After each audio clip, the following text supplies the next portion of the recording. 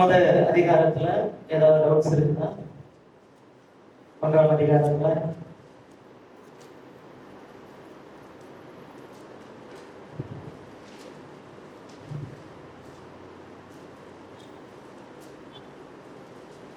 இயேசு கிறிஸ்துவனுடைய சீசன் என்கிறதான நிலைமையிலிருந்து யூதாஸ் காரியருக்கு விழுந்து போனான் அப்படின்னு என்ன செய்வான் பார்க்கலாம். அவனை குறித்து வசனம் சொல்லுது, தன்னுடைய ஸ்தானத்தை அவன் என்ன செஞ்சான்னா இழந்துருப்பான். அவனுடைய ஸ்தானம் அப்படிங்கிறது என்னது? அப்படி ஸ்தானம் அப்போஸ்தலன் என்கிறதான ஒரு ஸ்தானம். அது எளிமையா எல்லாருக்கும் கிடைக்கக்கூடிய ஸ்தானமான்னு பார்த்தா இல்ல. யாரும் விரும்பியும் கிடைக்காத ஒரு ஸ்தானம். அநேகர் அந்த ஸ்தானத்தை என்ன செஞ்சாங்கன்னா விரும்பினாங்க, ஆனா என்ன செய்யல அப்படின்னா கிடைக்கல. அந்த ஸ்தானத்தை அவன் என்ன செஞ்சான்னா இழந்து போவான் அப்படின்னு என்ன செய்யலாம் பாருங்க. அதுல ஒரே ஒரு வசனம் மாத்திரம் உங்களுக்கு நான் சொல்லியிருந்தேன். அதை நம்ம பார்த்துட்டு அதற்கு பிறகு 2ஆம் அதிகாரத்துக்கு என்ன செய்வோம் போவோம். என்னன்னா யூதாஸ் காரியத்து யாருடைய சீசன் அப்படின்னா இயேசு கிறிஸ்துவினுடைய சீசன். சீசன் அப்படின்னா என்ன பொருள் அப்படின்னா பின்பற்றுகிறவன் அப்படின்னு என்ன செய்யலாம் பொருள். கிறிஸ்துவை பின்பற்றுகிறதான காரியத்துல அவன் என்ன செய்யணும் அப்படின்னா சரியா இருந்திருக்கும். அந்த விசுவாச வாழ்க்கையில எல்லாருக்குள்ளயுமே சில நேரங்கள்ல தடுமாற்றங்கள் அப்படிங்கிறது இருந்துச்சு. பேதுரு சொல்றாரு, ஆண்டவரே நீரே ஆனால் நானும் உங்களோட கூட என்ன செய்யறேன், இறங்கி நடந்து வரேன்னு சொல்லிட்டு சமுத்திரத்துல இறங்கினதுக்கு பிறகு அந்த காற்றும் அந்த அலைகளும் கொந்தளிக்கிறத பார்த்த உடனே கொஞ்சம் தடுமாறுறாரு. ஐயரே அப்படின்னு சொல்லிட்டு உடனே ஆண்டவரே என்னை என்ன செய்யும் செய்யும் அப்படின்னு என்ன செய்யறாருன்னா அந்த ஒரு தடுமாற்றம். இயேசு கிட்ட வந்து சொல்றாங்க, இந்த திமிர்வாதக்காரங்க சொஸ்தமாக்கும்படி சீசர்களிடத்துல கொண்டு வந்தோம், அவங்களால அது கூட சீசர்கள் எதுவும் முயற்சி பண்ணி பார்த்திருக்கிறாங்க, அவனை விடுதலை ஆகணும்னு சொல்லி ட்ரை பண்ணி பார்த்திருக்காங்க, முடியல. சோ இப்படி அந்த சீசனுடைய வாழ்க்கையில அந்த தடுமாற்றங்கள் அப்படிங்கிறது என்ன செஞ்சுன்னா இருந்துச்சு. ஆனால் விடாபிடியாக கிறிஸ்துவை பின்பற்றினார்கள் அப்படின்னு என்ன செய்யணும் பார்க்கிறோம்.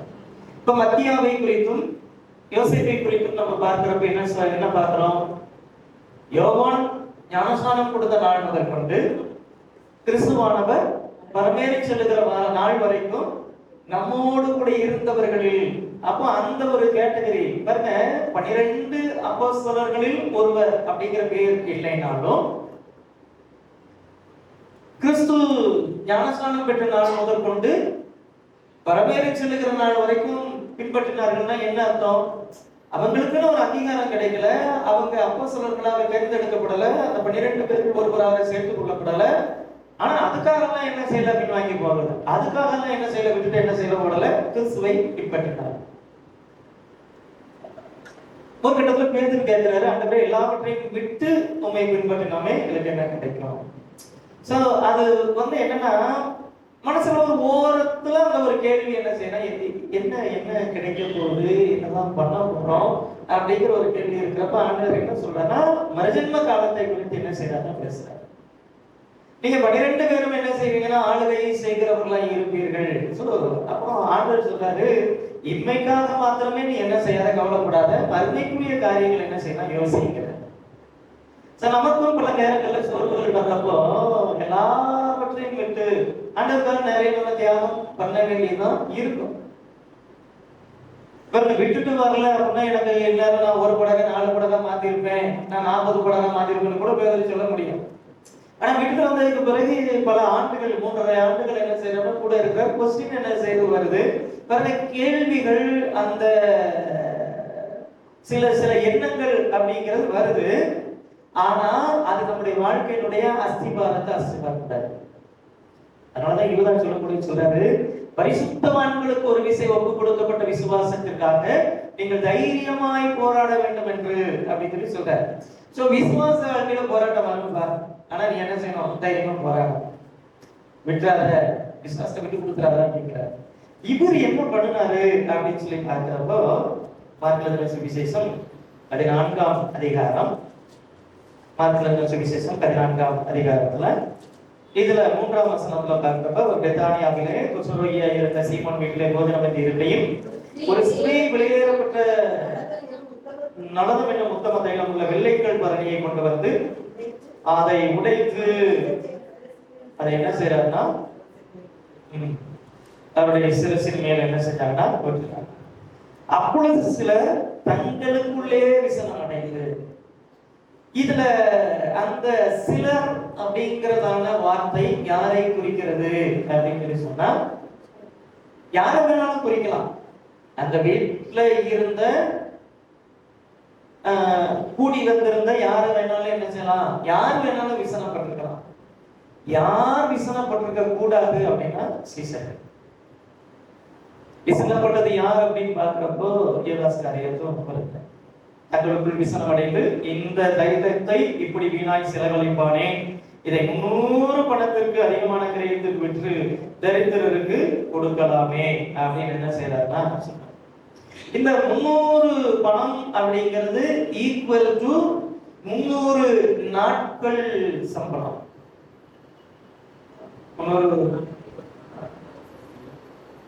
அந்த 11ஆம் மணி வேலை அந்த உண்மையில பாத்தீங்கன்னா, காலையில இருந்து மாலை வரைக்கும் வேலை பார்த்த ஒருத்தனுக்கு எவ்வளவு கூலி? ஒரு பணம். சோ 300 பணத்துக்கு அப்படின்னா கிட்டத்தட்ட 300 நாட்களுக்கு உண்டான ஊதியம், சம்பளம் அது.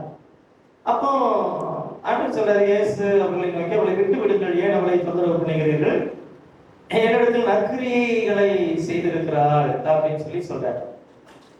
இவள் தன்னால் இயன்றதை செய்தாள் அப்படின்னு சொல்லிட்டு 8ஆம் வசனத்துல இயேசு ஒரு வார்த்தை சொல்றாரு, நான் அடக்கம் பண்ணப்படுவதற்கு எத்தனமாக என் சரீரத்திலே தைலம் பூச முந்திக் கொண்டாள்.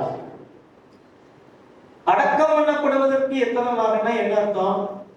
ஒரு மனிதன் மரித்து போனதற்கு பிறகு அந்த நாட்களில் என்ன செய்வாங்கன்னா, இது போன்ற பரிமள தைலங்களை பூசி என்ன செய்வாங்க, அடக்கம் பண்ணுவாங்க. அவன் முந்தி கொண்டாள்னா என்ன அர்த்தம்னா, நான் மரணம் அடைவதற்கு முன்னாடி அதை என்ன செய்யறான்னா செய்யறான், நான் உயிரோட இருக்கிறப்பவே அதை என்ன செய்யறான்னா செய்யறா அப்படின்னு சொல்லி சொல்றாரு. இந்த சுவிசேஷம் உலகத்தில் எங்கே பிரசங்கிக்கப்படுமோ அங்கே இவள் செய்யறதெல்லாம் நினைக்கப்படும் என்ன செய்யறான்னா சொல்றாரு. இப்ப இயேசு எதை பத்தி பேசுறாரு? தன்னுடைய மரணத்தை அடக்கம் பண்ணப்படுகிறதான காரியத்தை பேசும் பொழுது என்ன நடக்குது அப்படின்னா, 10ஆம் வசனம் பார்க்கிறோம். அப்பொழுது பன்னிருவரில் ஒருவனாகிய யூதாஸ் காரியத்தை என்பவன் அவரை பிரதான ஆசிரியருக்கு காட்டி கொடுக்கும்படி அவர்களிடத்திற்கு போனார். சோ இந்த 300 பணத்தை அவனுக்கு கொடுக்கறதா பிரச்சனை இல்லை. அவன் பணப்பையை வச்சுக்கிட்டு இருக்கிறவன் அவனை பொறுத்த வரைக்கும் என்னதான் இருந்தாலும், பேதருக்குள்ள இருந்ததான கேள்வி யூதாசுக்குள்ளும் இருந்துச்சு. எல்லாவற்றையும் விட்டு பின்பற்றினோமே என்ன கிடைக்குங்கிறப்போ மரிஜன்ன காலத்தை குறித்து பேசுறாரே தவிர இன்னைக்கு என்ன கிடைக்குங்கிறது இவர்கிட்ட என்ன செய்யல சொல்ல மாட்டேங்கிறாரு. சோ மறுமைக்குரிய காரியத்தை தேடாமல் இன்மைக்குரிய காரியங்கள் மேல அவன் ஃபோக்கஸ்டா இருந்தான். இயேசுவினுடைய காரியத்துல இங்க அடக்கம் பண்ணப்படுறத பேசியிருந்தாலும், இயேசு அடக்கம் பண்ணப்படுவதோடு கூட முடித்து போகல, 3ஆவது நாளிலே உயிரோடு கூட எழுந்திருப்பேன் அப்படிங்கிற காரியத்தை என்ன செஞ்சிருந்தாருன்னா பேசியிருந்தார். அந்த காரியத்தை சீசர்கள் விசுவாசித்திருந்தார்கள், யூதாஸை தவிர. யூதாஸ் அதை விசுவாசியாதபடினாலதான் அவன் வேற பாரு. எங்க கலகம் வரும், எங்க எதிர்த்து நிற்கக்கூடியதான காரியம் வரும், யார் ஒருவன் எதிர்த்து நிற்பான் அப்படின்னு சொல்லி சொன்னா, எவன் ஒருவனுக்கு நம்பிக்கை இல்லையோ, அவிசுவாசம் என்பது ஆழமா வேறுண்டு இருக்குதோ, அவன் தான் என்ன செய்வான். யூதாஸ் காரியத்து அவன் காட்டி கொடுத்ததற்கு காரணம், யூதாஸ் காரியத்து அவன் பின்வாங்கி போனதற்கு காரணம், யூதாஸ் காரியத்துக்கு இயேசுவின் வார்த்தைகள் மேல் நம்பிக்கை. மறுஜன்மத்தை குறித்து இயேசுவினுடைய வார்த்தை, உயிர்த்தெழுதலை குறித்ததான இயேசுவினுடைய வார்த்தை, இயேசுவினுடைய அந்த வார்த்தைகள் மேல் இருந்ததான நம்பிக்கையற்ற தன்மை, இயேசுவோடு கூட பந்தி இருந்தவன் பிரதான ஆசாரியர் இடத்துல போய் என்ன செய்யறான் நிற்கிறான். சோ நமக்கு எப்பவுமே என்ன வேணும் அப்படின்னா விசுவாசம். அந்த விசுவாசத்துல ஒரு தடுமாற்றம் வந்துச்சு, ஒரு பின்மாற்றம் வந்துச்சு அப்படின்னா முடிச்சு எல்லாம் அதுதான் யோதாஸ் காரியத்தினுடைய லைஃப். சரி, இப்போ நம்ம இந்த இதுக்கு வருவோம். அப்போஸ்தலர் நடவடிக்கைகளின் புத்தகம் 2ஆம் அதிகாரம் 1ஆம் வசனம். பெந்தெகோஸ்தே என்னும் நாள் வந்தபோது அவர்கள் எல்லாரும் ஒருமனப்பட்டு ஓரிடத்தில் வந்தார்கள். இந்த பெந்தெகோஸ்தே அப்படின்னு சொல்லி சொன்னா 50வது நாள் அப்படின்னு அர்த்தம். இந்த பெந்தெகோஸ்தே நாளை பொறுத்த மட்டிலும் பழைய ஏற்பாடு காலத்துல அறுவடையினுடைய பண்டிகையாக கொண்டாடப்பட்டதான ஒரு பண்டிகை அப்படின்னு என்ன செய்யணும். இந்த பெந்தெகோஸ்தே இந்த காரியத்தை கொஞ்சம் பார்த்துட்டு இதை குறித்ததான ஒரு பின்னணியத்தை மட்டும்தான் இன்னைக்கு நம்ம என்ன செய்யணும்னா பார்க்க போறோம். அதுக்கு மட்டும்தான் டைம் இருக்கும். அடுத்த வாரத்துல இந்த பெண்டிகாஸ்டல் எக்ஸ்பீரியன்ஸை பத்தி நம்ம இன்னும் என்ன செய்வோம்னா கொஞ்சம் டீடைலா என்ன செய்வோம் பார்ப்போம். ஸோ இப்போ இந்த பெந்தெகோஸ்தே அப்படிங்கிறதுக்கு ஒரு இன்ட்ரோடக்ஷன் மட்டும் என்ன செய்வோம்னா இன்னைக்கு நம்ம பார்ப்போம். லேவியராகமத்தின் புத்தகம் 23ஆம் அதிகாரம், லேவியராகமம் 23ஆம் அதிகாரம் 15 முதல் 21 வரையிலான வசனங்கள். ஒருவேளை முழுமையா எல்லா வசனங்களையும் வாசிக்கலைனாலும் நீங்க வீட்டுல போய் என்ன செய்யுங்க வாசிங்க. 15ஆம் அதிகாரம் 20. நீங்கள் அசைவாட்டும் கதற்கட்டையை கொண்டு வரும் ஓய்வு நாளுக்கு மறுநாள் முதற்கொண்டு என்ன துவங்கி 7 வாரங்கள் நிறைவேறின பின்பு. சோ இது எப்ப இருந்து ஆரம்பிக்குது அப்படின்னு சொல்லி சொன்னா இயேசு கிறிஸ்துவினுடைய உயிர்த்தெழுந்த நாளுக்கு மறுநாள், அந்த ஓய்வு நாளுக்கு மறுநாள். புதிய ஏற்பாட்டுல நம்ம கால்குலேட் பண்றப்ப எதுல இருந்து கால்குலேட் பண்றோம் அப்படின்னா உயிர்த்தெழுந்த நாள், ஈஸ்டர் அல்லது உயிர்த்தெழுந்த நாளுக்கு அடுத்த நாள்ல இருந்து கால்குலேட் பண்ணி 50வது நாள் அப்படி என்ன செய்யறோம்னா நம்ம கணக்கு பண்றோம். சோ இந்த பெந்தெகோஸ்தே நாள் அப்படிங்கிறதான அந்த நாள் என்ன செய்யுதுன்னா பழைய ஏற்பாட்டுல எப்படி இருந்துச்சுன்னா அசைவாட்டும் கதற்கட்டை கொண்டு வரும் ஓய்வு நாளுக்கு மறுநாள் முதற்கொண்டு என்ன துவங்கி 7 வாரங்கள் நிறைவேறின பின்பு. சோ அந்த 7 வாரங்கள் நிறைவேறின பின்பு 7ஆம் ஓய்வு நாளுக்கு மறுநாள் ஆகிய ஓய்வு நாள்ங்கிறது பழைய ஏற்பாட்டுல என்ன கிழமை வரும் அப்படின்னா சனிக்கிழமை. சரிங்களா? 7ஆம் ஓய்வு நாளுக்கு மறுநாள் ஆகிய 50 நாள் மட்டும் எண்ணி கர்த்தருக்கு புதிய போஜன பலியை செலுத்துகிறது. இந்த புதிய போஜன பலி அப்படிங்கிறது என்ன அப்படின்னா, அப்போ அறுவடை அப்படிங்கிறது என்ன செய்யணும், தேசத்துல நடக்கும்.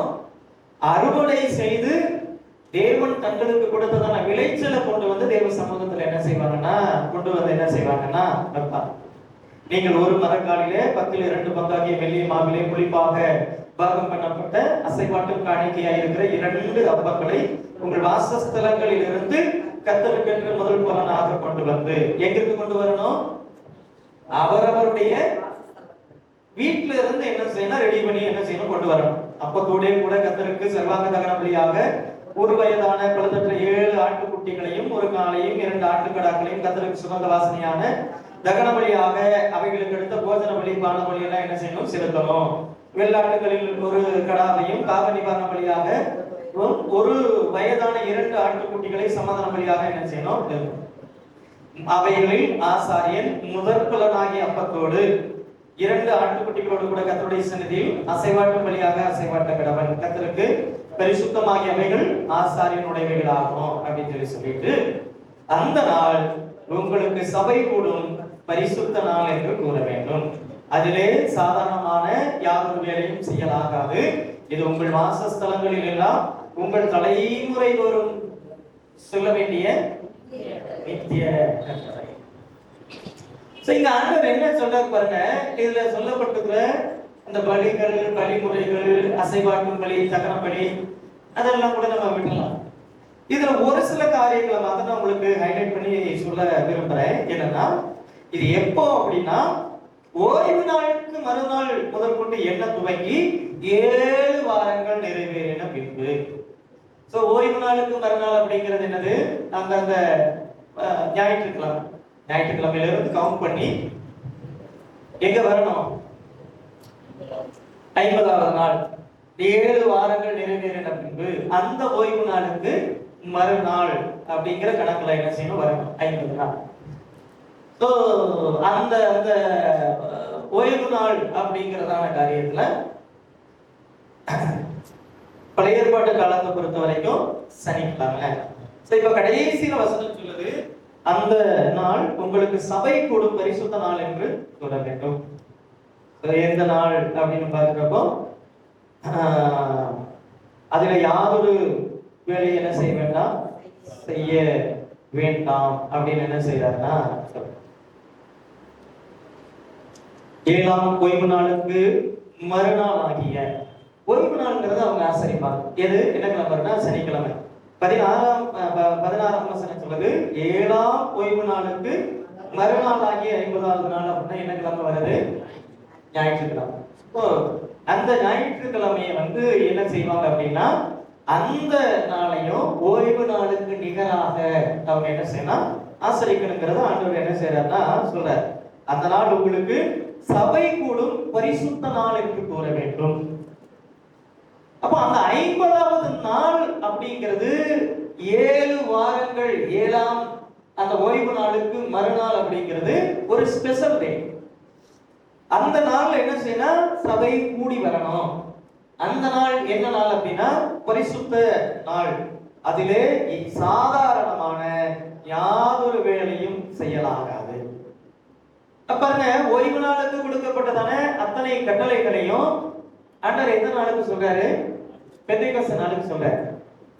சொல்லிட்டு இது உங்கள் வாசஸ்தலங்களில் எல்லாம் உங்கள் தலைமுறை தோறும் செல்ல வேண்டிய நித்திய கட்டளை.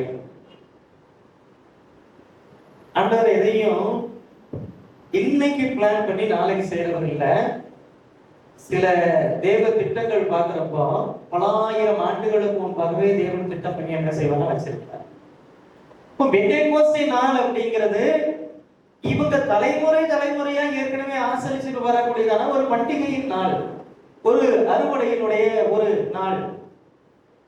அந்த 7ஆம் ஓய்வு நாளுக்கு பிறகு வருகிறதான அடுத்த நாளையும் அந்த 50வது நாள் அந்த அறுவடையினுடைய பண்டிகை அப்படிங்கிறப்போ சபை கூடி வரணும். அப்படின்னா என்ன அர்த்தம், யார் எங்க இருந்தாலும் எல்லாரும் என்ன செய்யணும், எருசலேமுக்கு என்ன செய்யணும், வரணும். அந்த எருசலேம்ல எல்லாரும் என்ன செய்வாங்கன்னா கூடி வருவாங்க. அவங்க யூதர்கள் ஒவ்வொரு காலகட்டத்திலையும் பல இடங்களை சிதறடிக்கப்பட்டிருந்தாங்க. பல இடங்கள்ல சிதறடிக்கப்பட்டு இந்த அவசர நடவடிக்கைகள் நம்ம பார்க்கிறப்போ பல தேசத்துல இருந்தாங்க. ஆனால் அந்த பெந்தேகோஸ்தே எண்ணப்பட்ட அந்த நாள்ல எல்லாருமே எங்க இருந்தாங்க அப்படின்னு பார்க்கிறோம், எருசலேம்ல இருக்கிறாங்க. பெந்தேகோஸ்தே அப்படிங்கறதான நாள் அப்படிங்கிறப்போ ஆண்டவர் ஏற்கனவே திட்டம் பண்ணி வச்சிருக்கிறாரு. முழு உலகத்தில் இருக்கக்கூடியதான யூதர்களும் எருசலேமிலே வருகிறதான நாளிலே பரிசுத்த ஆவியுடைய அபிஷேகத்தை என்ன செய்யணும், மேல் வீட்டறையிலே கூடி என்னிடத்தில் கேள்விப்பட்டதான பிதாவினுடைய வாக்குத்தத்தம் நிறைவேறுகிற வரைக்கும் காத்திருங்கள்னு யாருக்கு சொன்னாரோ அந்த காத்திருந்த சீசன்கள் மத்தியிலே ஊற்றப்படும்படிக்கு ஆண்டவர் அந்த நாளை திட்டம் பண்ணி வைத்திருந்தார் அப்படின்னு என்ன செய்யலாம் பாருங்க. அதனால ஆண்டவர் சொல்றாரு, நீங்க அந்த வாக்குத்தத்தம் நிறைவேறுகிற வரைக்கும் என்ன செய்யாத, எருசலேமை விட்டு போகாத. இயேசு உயிரோடு எழுந்து 40 நாள் அளவும் தரிசனம் ஆகிறார். அப்ப இன்னும் 10 நாள் இருக்குது. அந்த 10 நாள்ல பெந்தேகோஸ்தே பண்டிகை என்ன செய்து வரப்போகுது. பெந்தேகோஸ்தே பண்டிகைங்கிறது முழு உலகத்திலிருந்து எல்லா யூதர்களும் வருவாங்க. எல்லாரும் சந்தோஷமா கொண்டாடுவாங்க. எல்லாருமே அறுவடை செஞ்சு தேவன் தங்களுக்கு கொடுத்த விளைச்சலுக்காக ஆசீர்வாதத்திற்காக தேவ சமூகத்துக்கு பலிகளையும் காணிக்கைகளையும் கொண்டு போய் சந்தோஷமா இருக்கக்கூடியதான நாள்ல ஒரு கூட்டம் அந்த பிதாவினுடைய வாக்குத்தத்தம் நிறைவேறுகிறதுக்காக என்ன செய்யணும்னா அப்படி காத்திருந்ததான அந்த ஜனங்கள் மேல் என்ன செய்தனா தேவ ஆவியாருடைய அபிஷேகம் என்ன செய்யணும்னா ஊற்றப்பட்டது அப்படின்னு என்ன செய்வாங்க. பெந்தேகோஸ்தே நாள் வந்த போது அவர்கள் எல்லாரும் ஒருமனப்பட்டு ஒரு இடத்தில் கூடி கண்டிருந்தார். பெந்தேகோஸ்தே அப்படிங்கிறது பெண்டிகாஸ்ட் அப்படிங்கிறது 50வது அப்படிங்கிறதா அந்த வார்த்தையினுடைய பொருள். பெந்தேகோஸ்தேங்கிறது என்னது, 50வது நாள், 50வது அப்படிங்கிறது. ஆனா அன்றைக்கு அவர்கள் பெற்ற அந்த அனுபவம் அல்லது அவங்க எக்ஸ்பீரியன்ஸ் பண்ண அந்த பரிசுத்த ஆவியினுடைய அபிஷேகம் அதை நினைவு கூர்ந்துதான் நம்ம என்ன செய்யறோம்னா நம்ம பெந்தேகோஸ்தே சபையில் என்ன செய்யறோம் சொல்லணும். அதை நாங்க விசுவாசிக்கிறோம், அதை நாங்க நம்புறோம். அதே ஆவியினுடைய அபிஷேகத்தை நாங்களும் பெற்றுக் கொள்ளுகிறவர்களாய் இருக்கிறோம். இதையெல்லாம் சொல்றதுக்காக தான் நம்மளுக்கு என்னது பெந்தேகோஸ்தேக்காரங்கன்னு பேர். அந்த அந்த அந்த அனுபவத்தை நம்ம இன்னைக்கு எந்த அளவுக்கு பெற்று இருக்கோம் அப்படின்றத என்ன செய்யணும் பாருங்க. சரி, இதுல இது இது இது நம்ம ஏன் ஒரு பின்னணியத்தை நம்ம பார்க்கணும் அப்படின்னு சொல்லி சொன்னா, இந்த வசனத்துல இருந்து நம்ம என்ன செய்யலாம்னா அப்படியே போறதுனால என்ன செய்யலாம் போகலாம். அதே சமயம் நம்ம கற்றுக்கொள்ள வேண்டிய சில காரியங்கள் என்ன செய்யலாம் இருக்கு. இந்த பெந்தேகோஸ்தே அப்படிங்கிறது என்ன அப்படின்னா, யோவேல் தீர்க்கதரிசியின் மூலமா கத்த சொல்றாரு, நாட்களிலே நான் மாம்சமான யாவும் மேலும் என்னுடைய ஆவியை என்ன செய்வேன். பழைய ஏற்பாட்டு காலத்தை பொறுத்த வரைக்கும் ஆவியினுடைய அபிஷேகங்கிறது யாராவது ஒருத்தருக்கு அபிஷேகம் பண்ணப்பட்டவன் அப்படின்னாலே அவன் பிரித்தெடுக்கப்பட்டவன் அப்படிதான். எல்லாருக்கும் என்ன செய்யணும்னா அது கிடைக்கல. யாராவது ஒருத்தருக்கு என்ன செய்யணும் அபிஷேகம் கிடைக்கும். நியாயாதிபதிகளுடைய நாட்களை பொறுத்த வரைக்கும் கர்த்தருடைய ஆவியானவர் யார் மேல இறங்கினாரோ அவர்களை கர்த்தர் என்ன செஞ்சாங்கன்னா பயன்படுத்தினார். சவுலை கர்த்தர் ராஜாவாக அபிஷேகம் பண்ணினார். தாவீதை அவருடைய வீட்டுக்குள்ள வைத்து தைல கொம்பை நிரப்பி கொண்டு வந்து என்ன செய்யறாரு அபிஷேகம் பண்ணினார். அந்நாள் முதல் கொண்டு கர்த்தருடைய ஆவியானவர் தாவீதின் மேல் தங்கினார். அப்போ பழைய ஏற்பாட்டு காலத்தை பொறுத்த வரைக்கும் அபிஷேகங்கிறது எல்லாருக்குமானது அல்ல, யாராவது ஒருத்தருக்கு. அந்த அபிஷேகம் பண்ணப்பட்டவர்கள் தேவ ஆவியை பெற்றவர்களாய் இருந்தார்கள். அவர்கள் தேவனால் நடத்தப்பட்டார். ஆனா அவருடைய திட்டம் எப்படிப்பட்டதா இருந்துச்சு அப்படின்னா, மாம்சமான யாவும் மேலே என்ன செய்யணும், என்னுடைய ஆவி என்ன செய்யணும். ஆனா அது பழைய ஏற்பாட்டு காலத்துல சாத்தியப்படல. கிறிஸ்துவினுடைய மரணத்திற்கு பிறகு, கிறிஸ்துவினுடைய உயிர்த்தெழுதலுக்கு பிறகு அதற்கான வாய்ப்பு என்ன செஞ்சுன்னா ஏற்படுத்தப்பட்டது. ஏன்? எப்பொழுது இயேசு கிறிஸ்து சிலுவையில் ரத்தம் சிந்தினாரோ, இயேசு சிலுவையில் அறையப்பட்ட பொழுது தேவாலயத்தினுடைய திரைச்சீலை மேல் தொடங்கி கீழ் வரைக்கும் என்ன செய்தனா ரெண்டா என்ன செய்து தெரியுது. அப்போ பரிசுத்த ஸ்தலம், மகா பரிசுத்த ஸ்தலம் அப்படிங்கிற அந்த பிரிவினைகள் எல்லாம் மாறி இவர்கள் நெருங்கி வரலாம், இவர்கள் வரக்கூடாது, இவர்கள் அபிஷேகம் பெற்றவர்கள், இவர்கள் அபிஷேகம் பெறாதவர்கள், இந்த பேரியர்ஸ் எல்லாம் மாறி எல்லாருமே அபிஷேகம் பண்ணப்படுவதற்கு என்ன செய்யறாங்கன்னா ஆயத்தம் பண்ணப்படுறாங்க. அவருடைய நாமத்தின் மேல் விசுவாசம் உள்ளவர்களாய் அவரை ஏற்றுக்கொண்டவர்கள் எத்தனை பேர்களோ அத்தனை பேர்களும் தேவனுடைய பிள்ளைகளாகும்படிக்கு அவர்கள் என்ன செஞ்சாரு அதிகாரம் கொடுத்தார். அப்ப கிறிஸ்துவினுடைய மரணம் என்ன செய்யுது அப்படின்னா, யாரெல்லாம் அவருடைய நாமத்தின் மேல விசுவாசம் வைக்கிறாங்களோ அவங்க எல்லாருக்கும் அவருடைய பிள்ளைகளாகும்படி. அப்போ அந்த அதிகாரத்தை பெற்ற எல்லாரும் அபிஷேகத்தை பெறுவதற்கு தகுதியானவங்களாக என்ன செய்யறாங்கன்னா மாறுறாங்க.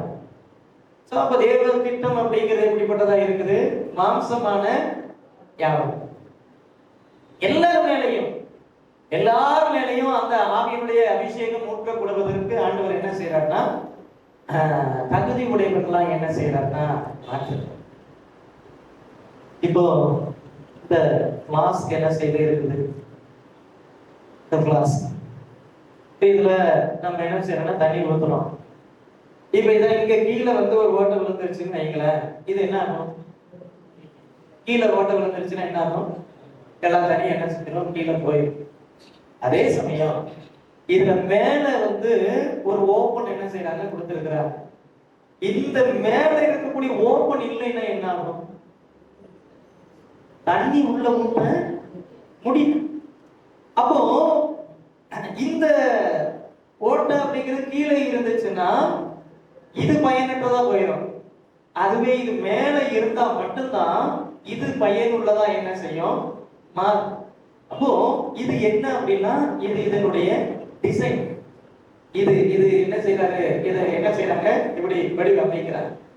சோ இதுல இருக்கக்கூடியதான இதை நம்ம ஓபன் பண்ணி வச்சா இதுல தண்ணி என்ன செய்யணும் நிரம்பும். சோ இது போலதான் அந்த சீஷர்கள் வந்து என்ன செய்யறாங்க அப்படின்னா, அந்த மேல் வீட்டறையில என்ன செய்யறாங்கன்னா காத்திருக்கிறாங்க, தங்களை தகுதிப்படுத்துறாங்க.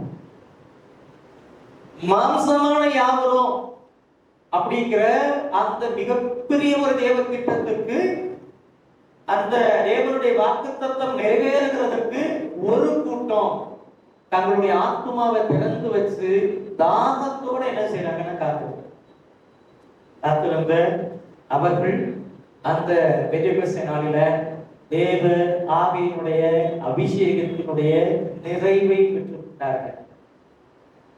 நிறைவை பெற்றுட்டார். இந்த பெந்தெகோஸ்தே நாள் அப்படிங்கிறதுக்கு இன்னொரு விஷயத்தை நம்ம சொல்லணும் அப்படின்னா, உலக சரித்திரத்துல தேவன் மிக வல்லமையாய் இடைப்பட்டார் அப்படின்னு என்ன செய்யலாம் பார்க்கலாம். அது எப்படின்னா, யாரோ ஒருவர் மூலமாய் இடைபடுகிற காரியம் மாதிரி, ராஜாக்கள் மூலமாய் அல்லது தீர்க்கதரிசிகள் மூலமாய் அப்படிங்கிற காரியத்தை மாற்றி எல்லார் மேலையும் மாம்சமான யாவர் மேல என்னுடைய ஆவியை ஊற்றுவேன், அப்பொழுது உங்கள் குமாரர்களும் உங்களுடைய குமாரத்திகள் என்ன செய்வாங்க, உங்களுடைய குமாரர்களும் குமாரத்திகளும் எல்லாருக்குமான ஒரு ஒரு வாய்ப்பு ஆண்டவர் என்ன செய்யறாருன்னா திறந்து கொடுக்கிறார். இதுதான் அந்த பெந்தெகோஸ்தே நாள்ல நடந்தது. பெந்தெகோஸ்தே நாள் தொடங்கி இன்றைக்கு வரைக்கும் இருக்கக்கூடியதான காலத்தை எப்படி நமக்கு பிரிச்சு வச்சிருக்காங்க அப்படின்னா, கிருபையின் காலம். ஏன் இதை கிருபையின் காலம் சொல்றாங்க? யாரோ ஒருவருக்கு அப்படின்னு சொல்லி பிரித்து வைக்கப்பட்டிருந்ததான அபிஷேகம் அப்படிங்கிறது மாம்சமான யாவர் மேலும் சொல்லி இன்னைக்கு எல்லாருக்கும் ஆண்டவர் என்ன செய்யறாருன்னா கிருபையா என்ன செய்யறாருன்னா அந்த அபிஷேகத்தை என்ன செய்யறாரு. யார் போய் கேட்டாலும், யார் தேவ சமூகத்துல போய் வாஞ்சையோடு தாகப்போடு ஆண்டவரே அந்த அபிஷேகத்தை என் மேல ஊற்றுங்கன்னு கேட்டாலும் என்ன செய்வார்னா ஆண்டவர் அந்த அபிஷேகத்தை, அந்த அபிஷேகத்தினுடைய நிறைவை ஆண்டவர் என்ன செய்வார்னா கொடுப்பார். சோ இது கிருபையின் காலம். இதுக்கு முன்னாடி இருக்கக்கூடிய காலங்களை இன்னைக்கு என்ன செய்வோம்னா பார்ப்போம். வேதத்திலிருந்து இத ஜஸ்ட் ஒரு பேக்ரவுண்ட் தான். இதை நம்ம பார்த்துட்டு அடுத்த வாரத்துல என்ன செய்வோம்னா நம்ம இந்த பெந்தெகோஸ்தே பத்தி இன்னும் டீடைலா என்ன செய்வோம்னா பார்ப்போம். சரி, வேதத்தை பொறுத்த மட்டிலும் பல காலங்களா வேதத்தை என்ன செய்யலாம் பிரிக்கலாம். அதுல முதல் காலம் அப்படிங்கிறது இன்னசென்ஸ். இன்னசென்ஸ்னா என்னது? இன்னசென்ஸ் அப்படின்னா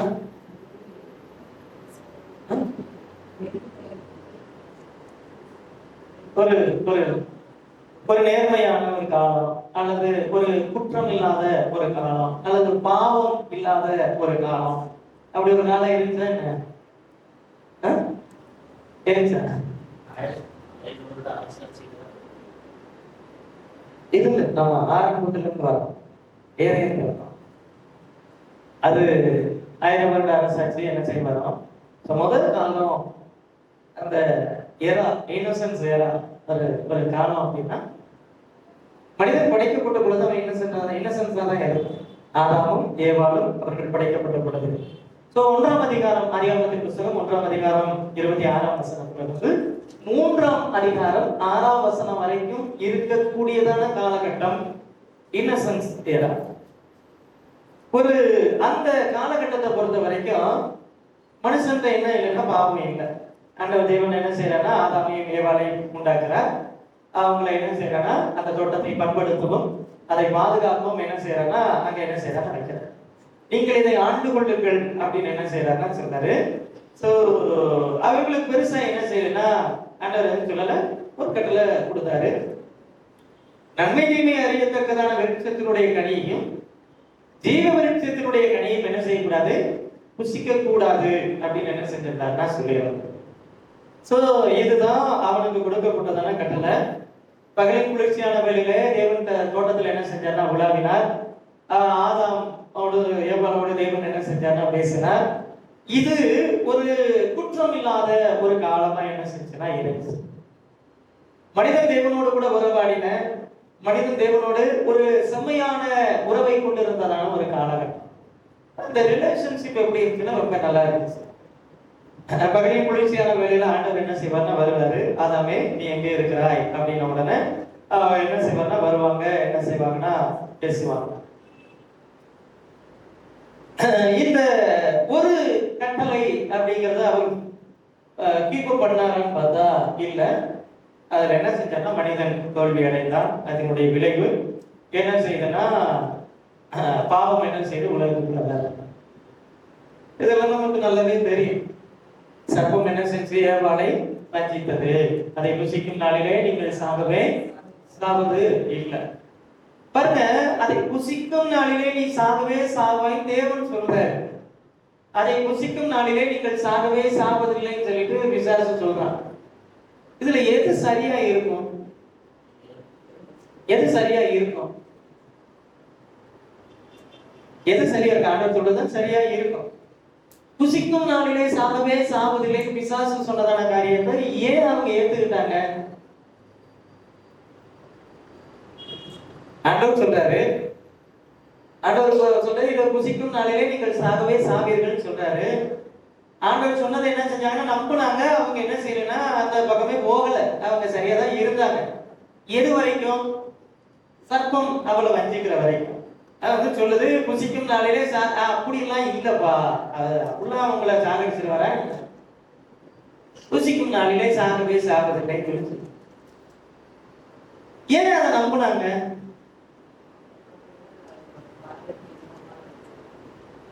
பார்வைக்கு இன்பம் புசிப்பதற்கு ஏற்றதா இருந்துச்சு. இதெல்லாம் சரி. எதனால? எப்பவுமே நம்ம ஒரு காரியத்தை நல்லா புரிஞ்சுக்கணும். அது தேவ கட்டளை. எனக்கு சாதகமா இருந்தா நான் ஃபாலோ பண்ணுவேன், எனக்கு பாதகமா இருந்தா நான் ஃபாலோ பண்ண மாட்டேன். இவங்க எங்க தப்பு பண்ணலாங்க அப்படின்னா, சாகவே சாவதில்லைன்னு சொல்லி சொன்னது இவங்களுக்கு ஃபேவரா இருந்துச்சு. புசிக்கும் நாளிலே சாகவே சாவீர்கள் அப்படின்னு ஆண்டவர் சொன்னதை விட சாகவே சாவதில்லைன்னு சொல்லிட்டு பிசாசு சொன்ன வார்த்தை இவங்களுக்கு ஃபேவரா இருந்துச்சு. இப்போ ஒரு வசனம் ஆசீர்வாதமா இருக்குது, ஒரு வசனம் கண்டிக்கிறதா இருக்குது.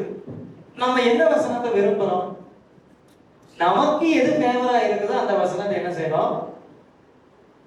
இவங்களுடைய வீழ்ச்சி அப்படிங்கிற எங்க தொடங்குச்சு அப்படின்னா, தேவ வார்த்தைய பார்க்காம தங்களுக்கு ஃபேவரான வார்த்தை இதுதான் அப்படின்ட்டு சாகவே சாவதில்லைன்னு உடனே பரவாயில்லையே, அவரை விட நீ நல்லா பேசுறியப்பா, ஆண்டவரை விட நீ நல்லா பேச, நீ சொன்ன சூப்பரா என்ன செஞ்சு பாரு. எங்களை உண்டாக்கி இந்த தோட்டத்துல வச்சுட்டு இதை பண்படுத்தவும் பாதுகாக்கவும் வச்சுட்டு சாப்பிடாதேன்னு சொல்லிட்டாரு.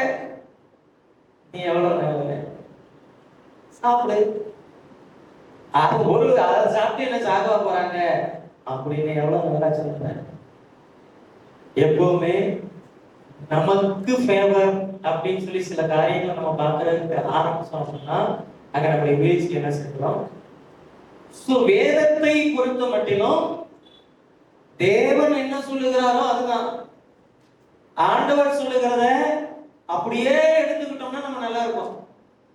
ஆண்டவர் சொல்றதை எப்படி எடுத்துக்கணும்? அப்படியே எடுத்துக்கணும். அதுல வந்து எனக்கு எது ஃபேவரா இருக்கு நம்ம என்னைக்கு பார்க்கறதுக்கு ஆரம்பிக்கிறோமோ அன்னைக்கு நம்முடைய வீழ்ச்சி என்ன செய்யணும் ஆரம்பிக்கணும் அப்படின்னு என்ன செய்யறோம். இதுல இன்னொரு காரியம், அவருக்கு எத்தனை கட்டளை கொடுத்தாரு? எத்தனை கட்டளை கொடுத்தாரு? ஒரே ஒரு கட்டளை. ஒன்னா ரெண்டா? ஒரே கட்டளை தான். இந்த விருட்சத்தினுடைய கனிகள் எதை என்ன செய்யக்கூடாது? புசிக்க கூடாது. அந்த விருட்சத்தினுடைய கனிகள் என்ன செய்யக்கூடாது? புசிக்க கூடாது. அது நன்மை தீமை அறியத்தக்கதான கனியோ ஜீவ விருட்சத்தினுடைய கனியோ ரெண்டுமே விளக்கப்பட்ட கனிதான். நமக்கு எத்தனை கட்டளை? நமக்கு 10 கட்டளையா? 10 கட்டளைங்கிறது யாருக்கு கொடுக்கப்பட்டது? இஸ்ரவேலருக்கு வனாந்தரத்துல வச்சு கொடுக்கப்பட்டது. இந்த 10 கட்டளையும் சேர்த்து கம்ப்ரஸ் பண்ணி ரெண்டாவது நமக்கு என்ன செய்யறாருன்னா ரெண்டா நமக்கு என்ன செய்யற 10 கட்டளையும் ரெண்டா மாத்தி நமக்கு என்ன செய்யறாருன்னா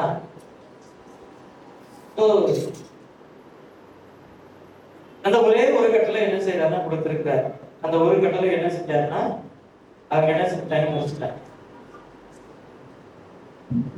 நம்ம ஆதாமாவோ ஏவாளாவோ இருந்தா என்ன பண்ணி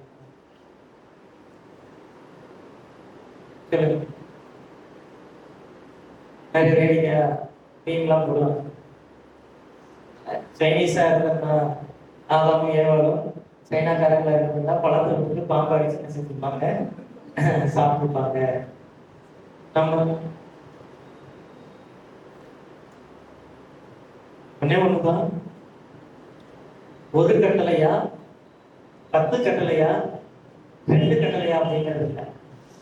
ஒரு கட்டளையாக இருந்தாலும் அந்த ஒரு கட்டளையை நம்ம எவ்வளவு மதிக்கிறோம் அப்படி. தேவன் கொடுத்த அந்த ஒரே ஒரு கட்டளையை அவன் மீறினதனுடைய விளைவு இன்னைக்கு பல கட்டளைகளுக்கு நம்ம என்ன செய்யறோம்னா இது அந்த பாபத்துல விழாம இருந்த அந்த காலகட்டத்தை இன்னசென்ட் செய்யறா அப்படின்னு என்ன செய்யலாம்னா இது அந்த தேவன் கொடுத்ததான அந்த ஒரு கட்டளை என்ன செஞ்சாங்கன்னா மனுஷன் என்ன செஞ்சா மீறனா அப்படின்னு. இதை தாண்டி இன்னொரு விதத்துல என்ன சொல்லலாம் அப்படின்னா, சாத்தான் ஆதாமையும் ஏவாளையும் ஏமாற்றினான்.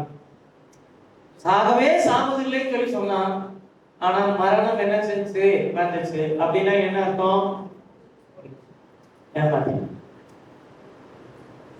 இன்னைக்கும் பிசாசு மனிதர்களை ஏமாற்றுகிறான். அவன் நித்தமும் நம்மளை என்ன செய்வான்? ஏமாற்றுவான். நம்மள பல வகைகள் என்ன செய்வான்? ஏமாற்றுவான். ஆண்டவர் பேசுகிறதற்கு மாறா அவன் என்ன செய்வான்? பேசுவான். தேவ வார்த்தைக்கு விரோதமா அவன் என்ன செய்வான்? பேசுவான். அதனால வசனம் சொல்லுது, கூடுமானால் தெரிந்து கொள்ளப்பட்டவர்களும் என்ன செய்வாங்க? வஞ்சிக்கப்படுவார்கள். கோவில் திருச்சபைக்கு சொல்லுக்குள்ள சொல்றாரு, பிசாசின் தந்திரங்கள் நமக்கு தெரியாதவைகள் அல்லவே. அவனை பொறுத்த வரைக்கும் ரொம்ப தந்திரமா தான் என்ன செய்வானா செயல்படுவான். எப்பவும் நேரம் என்ன செய்ய மாட்டான்னா போத மாட்டான். அவன் முழுக்க முழுக்க என்ன செய்ய மாட்டான்னா நிராகரிக்க மாட்டான். கொஞ்சமா என்ன செய்வான்னா பொய்யை கலந்து என்ன செய்வான்னா அவன் ஏமாத்துவான் அப்படின்னு என்ன செய்வான். சரி, அடுத்தது மனசாட்சியினுடைய வெளியில வந்ததுக்கு பிறகு ஆண்டவர் அவங்களுக்கு என்ன செய்யல அப்படின்னா பெரிய அளவுக்கு என்ன செய்யலன்னா கட்டளை என்ன செய்யலன்னா கொடுக்கல. அதற்கு பிறகாக தோட்டத்தை விட்டு வெளியேற்றப்பட்டதற்கு பிறகான காலகட்டம் ஆதியாகமத்தின் புத்தகம் 3ஆம் அதிகாரம் 7ல இருந்து 8ஆம் அதிகாரம் 14ஆம் வசனம் வரைக்கும் இருக்கக்கூடியதான இந்த காலகட்டங்களை என்ன அப்படின்னு சொல்லலாம் அப்படின்னா, மனசாட்சியினுடைய காலம் அப்படின்னு என்ன செய்யலாம்னா, இது மனசாட்சியினுடைய பாவத்துக்கு பிறகு என்ன கனியை புசித்தான்? நன்மை தீமை அறியத்தக்கதான கனியை என்ன செஞ்சா புசித்தான். அப்படின்னா அவனுக்கு என்ன தெரியும்? நன்மை எதுன்னு தெரியும், தீமை எதுன்னு என்ன செய்யும் தெரியும். இப்போ எது சரி எது தப்புங்கிறது அவனுக்கு தெரியும். அவன் மனசாட்சிக்கு தகுந்த மாதிரி என்ன செய்யணும், செஞ்சுக்கிட்டோம் அப்படிங்கிறதான காலகட்டம் தான் 3ஆம் அதிகாரம் 7ஆம் வசனத்துல இருந்து 8ஆம் அதிகாரம் 14 வசனம். இதுல நிறைய வளர்ச்சிகள்லாம் நடந்துச்சு. இதுலதான் காயின் என்ன செய்யற வராங்க. இவங்க 2 பேரும் கத்தருக்கு என்ன செய்யறாங்க? பரிசு காணிக்கை செலுத்துறாங்க. கத்தர் ஆபேலையும் அவனுடைய காணிக்கைகளையும் தேவன் அங்கீகரித்தார். காயினையும் அவனுடைய காணிக்கைகளையும் கத்தர் என்ன செய்யல? அங்கீகரிக்கல. ஏன் அங்கீகரிக்கல அப்படின்னு என்ன செய்யணும்? யோசிச்சிருக்கணும். ஏன் அங்கீகரிக்கலன்னு கத்தட்ட போய் என்ன செய்யணும்? கேட்டிருக்கணும். அங்கீகரிக்கல அப்படின்னு உடனே காயினுக்கு யார் மேல கோபம் வருது? ஏன் காணிக்கை கத்தர் அங்கீகரிக்கல, என்ன கத்தர் அங்கீகரிக்கல, உன்னை மாத்திரம் என்ன அங்கீகரிக்கிறது, உன் காணிக்கை மாத்திரம் என்ன அங்கீகரிக்கிறதுன்னு சொல்லிட்டு இவன் அவனுக்கு விரோதமாக எழுப்பி அவனை கொலை செய்தான். இந்த காலகட்டத்துல கொலை செய்யாதிருப்பாயாக அப்படிங்கறதான கட்டளை என்ன செய்யல, கொடுக்கப்படல. ஆனா நன்மை தீமை அறியத்தக்கதான அந்த அறிவு என்ன செஞ்சுன்னா ஏறிச்சு. எது நன்மைங்கிறது ஆபேலுக்கு தெரியும், எது நன்மைங்கிறது காயினுக்கு தெரியும். கர்த்தருக்கு எதை காணிக்கையா கொண்டு போகணுங்கிறது ஆபேலுக்கு தெரியும், கர்த்தருக்கு எதை காணிக்கையா கொண்டு போகணும்னு காயினுக்கு தெரியும். எதை கர்த்தர் அங்கீகரிப்பார்னு ஆபேலுக்கு தெரியும், எதை கர்த்தர் அங்கீகரிக்க மாட்டார் அப்படிங்கிறதும்.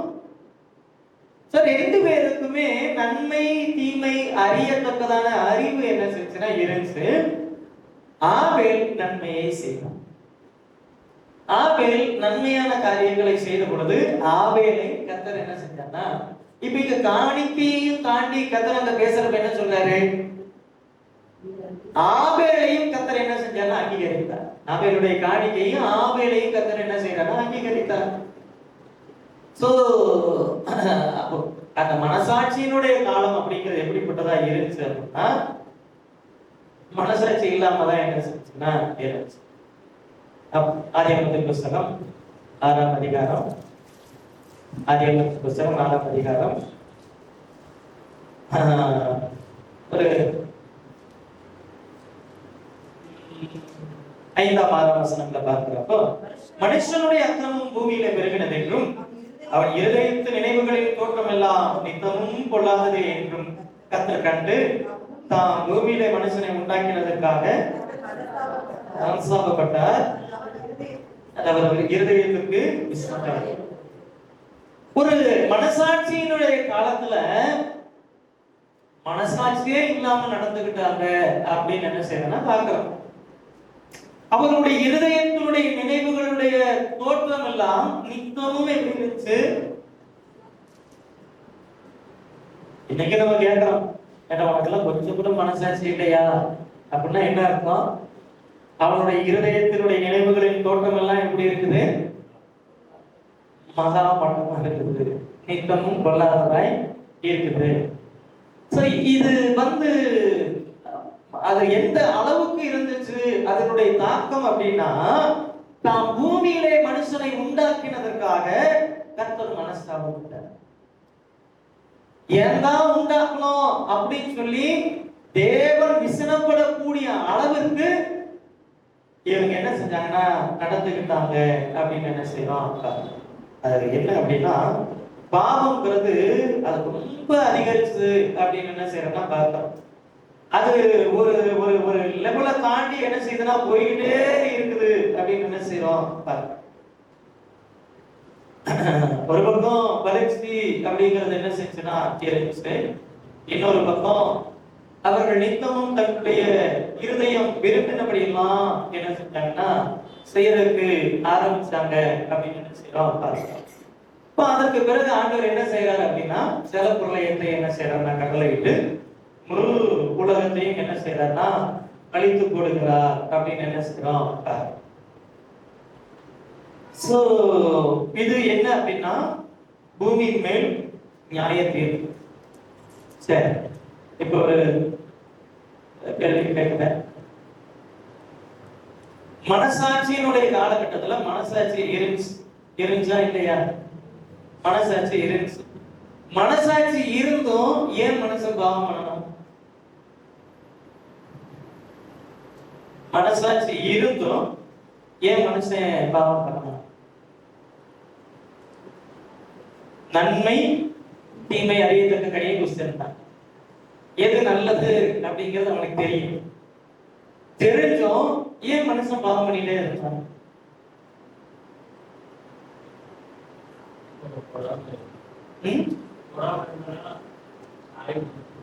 பொறாமை இருந்துச்சு. தொடர்ந்து ஏன் எல்லாருமே பாவம் பண்ணிட்டே இருந்தாங்க?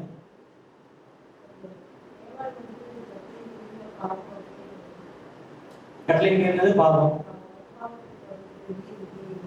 அதாவது நன்மை தீமை அறியத்தக்க கனி அப்படிங்கிறப்போ தீமை மட்டுமே என்ன செய்யறதுன்னா இல்ல, எது நல்லது அப்படிங்கிறது அவனுக்கு தெரியும், எது கெட்டது அப்படின்னு அவனுக்கு தெரியும், எது செய்யணும் எதை செய்யக்கூடாது அப்படிங்கிறது அவனுக்கு என்ன செய்யணும் தெரியும். ஆனா ஏன் தேவன் ஜலப்பிரளயத்தை கொண்டு வந்து பூமியை அழிக்கிற அளவுக்கு அவன் மோசமா இருந்தான் அப்படின்னா, அவன் அந்த அளவுக்கு பாவத்தினால் ஆட்கொள்ளப்பட்டிருந்தான் அப்படின்னு என்ன செய்யலாம் சொல்லலாம். அவனுடைய இருதயம், அவனுடைய சிந்தை அப்படிங்கிறது அந்த பாவம் அந்த அளவுக்கு பிடிச்சிருந்துச்சு அப்படின்னு என்ன செய்யலாம்னா சொல்லலாம். அதனாலதான் வசனம் சொல்லுது, அவனுடைய இருதயத்தினுடைய நினைவுகளின் தோற்றம் எல்லாம். இருதயத்தின் நிறைவு வாய் என்ன செய்யும்? வாய் பேசும். அப்படின்னா என்ன அர்த்தம்? நம்முடைய சிந்தை எப்படி இருக்குதோ அப்படிதான் அகத்தின் அழகு முகத்துல தெரியும். முகத்துல சில நேரங்களில் ஏதோ ஒரு வார்த்தை பேசிட்டோம்னா தெரியும், நீ பத்தியா வெளியில வந்துருச்சு பத்தியா, இதான் நீ என்னை பத்தி என்ன செய்யற மனசுக்குள்ள வச்சிட்டு இருந்த பாத்தியா அப்படின்னு என்ன செய்யற சொல்றோம். அப்படின்னா என்னது? நீ உள்ளுக்குள்ள இப்படிதான் என்ன செய்யற நீ நினைச்சிட்டு இருந்திருக்கிற. அப்போ அந்த கோபம் வந்தவொடனே என்ன செஞ்சிருச்சு? வெளியில வந்துருச்சு. இப்போ இந்த சிந்தனை அப்படிங்கிறது கண்டிப்பா என்ன செய்யும்? வெளியில வரும். அதனாலதான் பிலிப்பியர்கள் நிருபத்துல அப்போஸ்தலன் பவுல் சொல்ற கடைசியாக சகோதரரே அப்படின்னு சொல்லிட்டு சொல்றாரு. அதை ஆரம்பிக்கிறதுக்கு எப்படி சொல்றாரு? கிறிஸ்து இயேசுக்குள்ள இருந்த சிந்தையே உங்களுக்கு என்ன செய்யணும்? இருக்க கிடவுது அப்படின்னு சொல்லி சொல்றாரு. இப்ப நிறைய பிரச்சனைகளுக்கு அடிப்படை காரியம் எங்கன்னு தோண்டி பார்த்தோம் அப்படின்னா சிந்தை. இந்த மைண்ட் வந்து கரெக்ட் ஆயிடுச்சுன்னு வைங்களேன், அது சிந்திக்கிறது எல்லாமே ஒரு மாதிரி கோபமாக தான் என்ன செய்யணும்? சிந்திக்கும். அது ஒரு மாதிரி தான் என்ன செய்யணும்? யோசிக்கும். ஸோ எல்லா காவலோடும் உன் இருதயத்தை என்ன செய்? காத்துக்கொள். அப்பொழுது அதனிடத்து நின்று ஜீவ ஊற்று என்ன செய்யும்? எல்லாவற்றை பார்க்கிலும் இருதயமே திருக்குள்ளதும் மகா கேடுள்ளதுமாய் என்ன செய்து இருக்கு. வசனம் பொறுத்த வரைக்கும் ரெண்டுமே சொல்லுது. உங்க இருதயம் எப்படிப்பட்டதா இருக்குதோ அதான் நீங்க. எல்லாவற்றை பார்க்கிலும் திருக்குள்ளதும் மகா கேடுள்ளதும் என்னது? ஒரு மனுஷனோட இருதயம் அது மகா கேடுள்ளது அப்படின்னா அது அந்த அளவுக்கு கொடூரமாவும் என்ன செய்யணும்? யோசிக்கும். சரி, இப்போ காயின் தான் முதல்ல ஒரு கொலை என்ன செய்யறார்? உலகத்தில் முதல் கொலை யார் செய்யறான்னா காயின். கொலை செய்யப்பட்டது யாரு? ஆபேல். பாருங்க, மரணம் அப்படிங்கிற ஒண்ணு இருக்குங்கிறது தெரியும். ஆனா யாரும் என்ன செய்யலன்னா அந்த காலகட்டத்தில் காயினுக்கு முன்னாடி மரணம் அடைஞ்சதா என்ன செய்யல? வேதத்துல சொல்லப்படல. அப்போ எப்படியோ கொலை பண்ணிட்டான். இப்படி பண்ணனா இவன் செத்து போவான்னு அவனுக்கு எப்படி தெரியும்? கழுத்தை வெட்டி கொண்டான்னு வச்சிருக்கலாம், இல்ல தலையில கல் எடுத்து போட்டு கொண்டான், எப்படியோ கொண்டுட்டான். ஆனா இப்படி பண்ணனா அவன் செத்து போவாங்கிறது எப்படி தெரியும்? அங்கதான் எல்லாவற்றை பார்க்கிலும் திருக்குள்ளதும் மகா கேடுள்ளதும் ஆகிய இருதயம் என்ன செய்து? வேலை செய்து. அவன் இதை என்ன செய்து? ஒரு வேத பண்டிதர் இதுக்கு எப்படி விளக்கம் கொடுக்கிறார் அப்படின்னா, ஒரு மரங்குத்தி பறவை அது என்ன செய்யுதுன்னா திரும்ப திரும்ப ஒரு இடத்துல என்ன செய்யுதுன்னா கொத்திக்கிட்டே என்ன செய்யுதுன்னா இருக்குது. அது கொத்தும் பொழுது அந்த மரம் பட்டை என்ன செய்யுது? அது விழுகுது. அது ஒரு புழுவை கொத்தும் பொழுது அது என்ன செய்யுதுன்னா சமை. சோ இது போன்ற ஏதோ ஒரு காரியத்தை பார்த்து காயினுடைய இருதயம் என்ன செய்யுதுன்னா வஞ்சிக்கப்பட்டு அவன் அதை தன்னுடைய சகோதரனாகிய ஆபேல் இடத்துல என்ன செய்யலாம்? அப்ளை பண்ணான். எங்கேயோ இருக்கிறத பார்த்து எங்க கொண்டு போய் அப்ளை பண்றான்? ஏன்?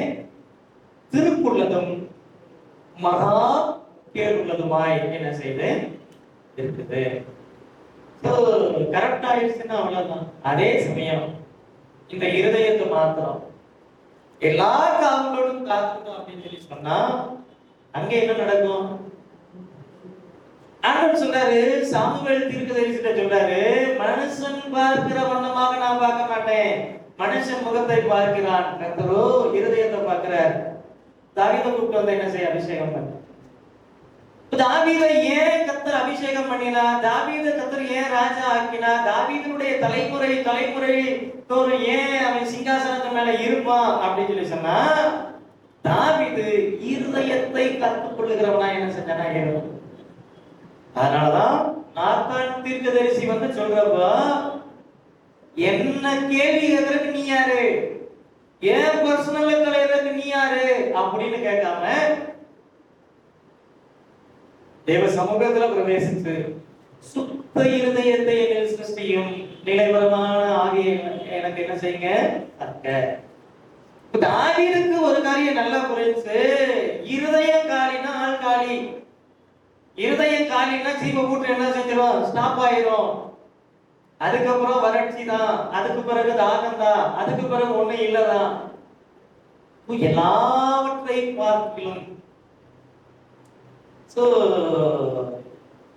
நோபாவினுடைய காலத்துல ஜல பிரளயத்தினுடைய காரணம் என்ன அப்படின்னா, இருதயம் கரப்ட் ஆயிடுச்சு. இருதயத்தினுடைய நினைவுகளின் தோற்றம் எல்லாம் என்ன செய்தனா நிற்கமா, அவன் என்ன நினைக்கிறான் அப்படின்னு சொல்லிட்டு ஆண்டவர் கிட்ட போய் பார்த்தானா மகா அருவருப்பா இருக்கு. நீங்க எல்லாம் உட்கார்ந்துட்டு இருக்கிறீங்க, ஒவ்வொருத்தருக்கும் இருதயத்துல என்ன நினைக்கிறீங்கன்னு வெளியில என்ன செய்யறது தெரியல. அதனால பரவாயில்ல, தெரியற மாதிரி இருந்துச்சுன்னா நம்ம நல்லதை யோசிக்கிறப்போ ஒரு கிரீன் கலர்ல மண்டையில ஒரு லைட் எரியுது, ஏதாவது மோசமா யோசிக்கிறோம்னா ஒரு ரெட் கலர்ல எரியுது, திடீர்னு பொழுது விட்டு எரியுது. அப்படிதான் ஆண்டவர் நம்மளை டிசைன் பண்ணிருந்தான்னு நினைக்கிறேன். பல நேரத்துல நம்ம மட்டும் எரிஞ்சுக்கிட்டா இருக்கும். உங்களை ஆண்டவர் ரொம்ப அழகா செய்யறதா டிசைன் பண்ணியிருப்பாரு. என்ன நினைக்கிறேன்னு என்ன செய்யல தெரியல.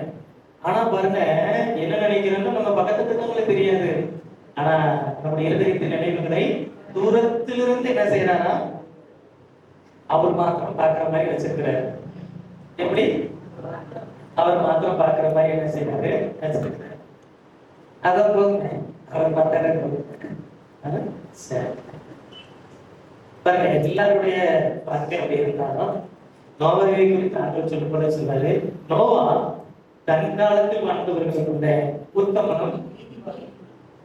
அப்படின்னா என்ன அர்த்தம்? எல்லா காவலோடும் நோவா தன்னுடைய இருதயத்தை என்ன செஞ்சா, புரியுதுங்களா? ஆண்டவருடைய செயல்பாடுங்கிறது எப்படி இருந்துச்சுன்னா, யார் ஒருவர் அந்த மனசாட்சியினுடைய காலத்துல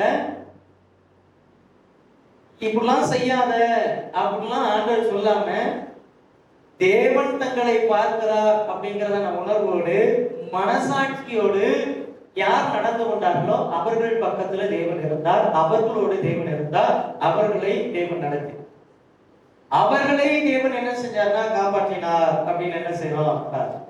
சரி, இன்னைக்கு நம்ம ஒருவேளை கிருபையின் காலத்துல இருந்தாலும் இன்னைக்கும் தேவன் என்ன செய்யறாரு, மனசாட்சியை பார்க்கிறார். இன்னைக்கும் சேம் பார்முலா ஆக்டிவேட் ஆனதா என்ன செய்யுது இருக்கு. இன்னைக்கும் இந்த மனசாட்சி நம்ம கூட என்ன செய்யும், பேச, நம்மளை என்ன செய்யும், எச்சரிக்கும், நம்மளை என்ன செய்யும், திட்டும், நம்மளை என்ன செய்யும், காரி துப்பும். இதெல்லாம் செய்ய நீ எல்லாம் ஒரு மனுஷனா அப்படிலாம் சில நேரத்துல என்ன செய்யும், பேச.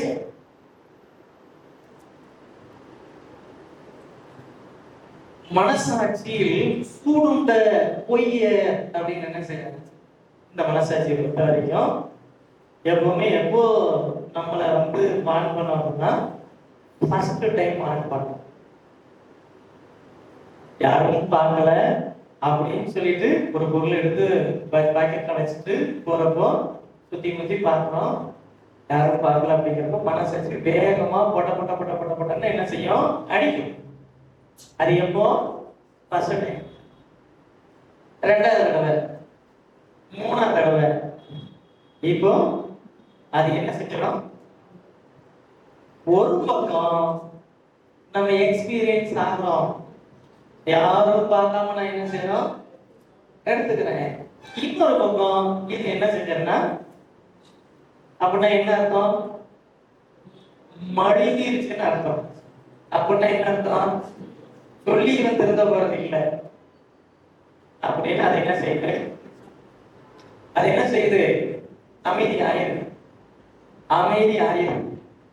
சோ இது வந்து இந்த இந்த இது வந்து இன்னைக்கு என்ன செய்யுதுன்னா இருக்குது. அதனாலதான் இத புதிய ஏற்பாடு எப்படி சொல்லுது அப்படின்னா, நீங்கள் மீட்கப்படும் நாளுக்கென்று முத்திரையாக பெற்ற தேவனுடைய பரிசுத்த ஆவியை என்ன செய்யாதீங்க? துக்கப்படுத்தாதீங்க. அப்படின்னா என்ன அர்த்தம்? பரிசுத்த ஆவியானவர் எச்சரிப்பார், பரிசுத்த ஆவியானவர் பேசுவார், பரிசுத்த ஆவியானவர் இதை நீ என்ன செய்யாத.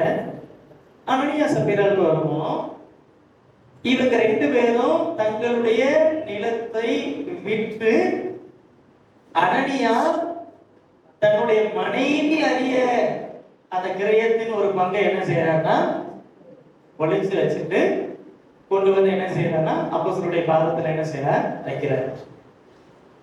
கேட்கிறாங்க, இவ்வளவுக்கு தான் வித்தையான்னு கேட்கிறப்போ, ஆமா எனக்கு நான் என்ன பொய்யா சொல்றேன், இங்க கேள்வி கேட்கறது பார்த்தா நான் என்ன பொய் சொல்றேன், இவ்வளவுதான் இவ்வளவுதான்.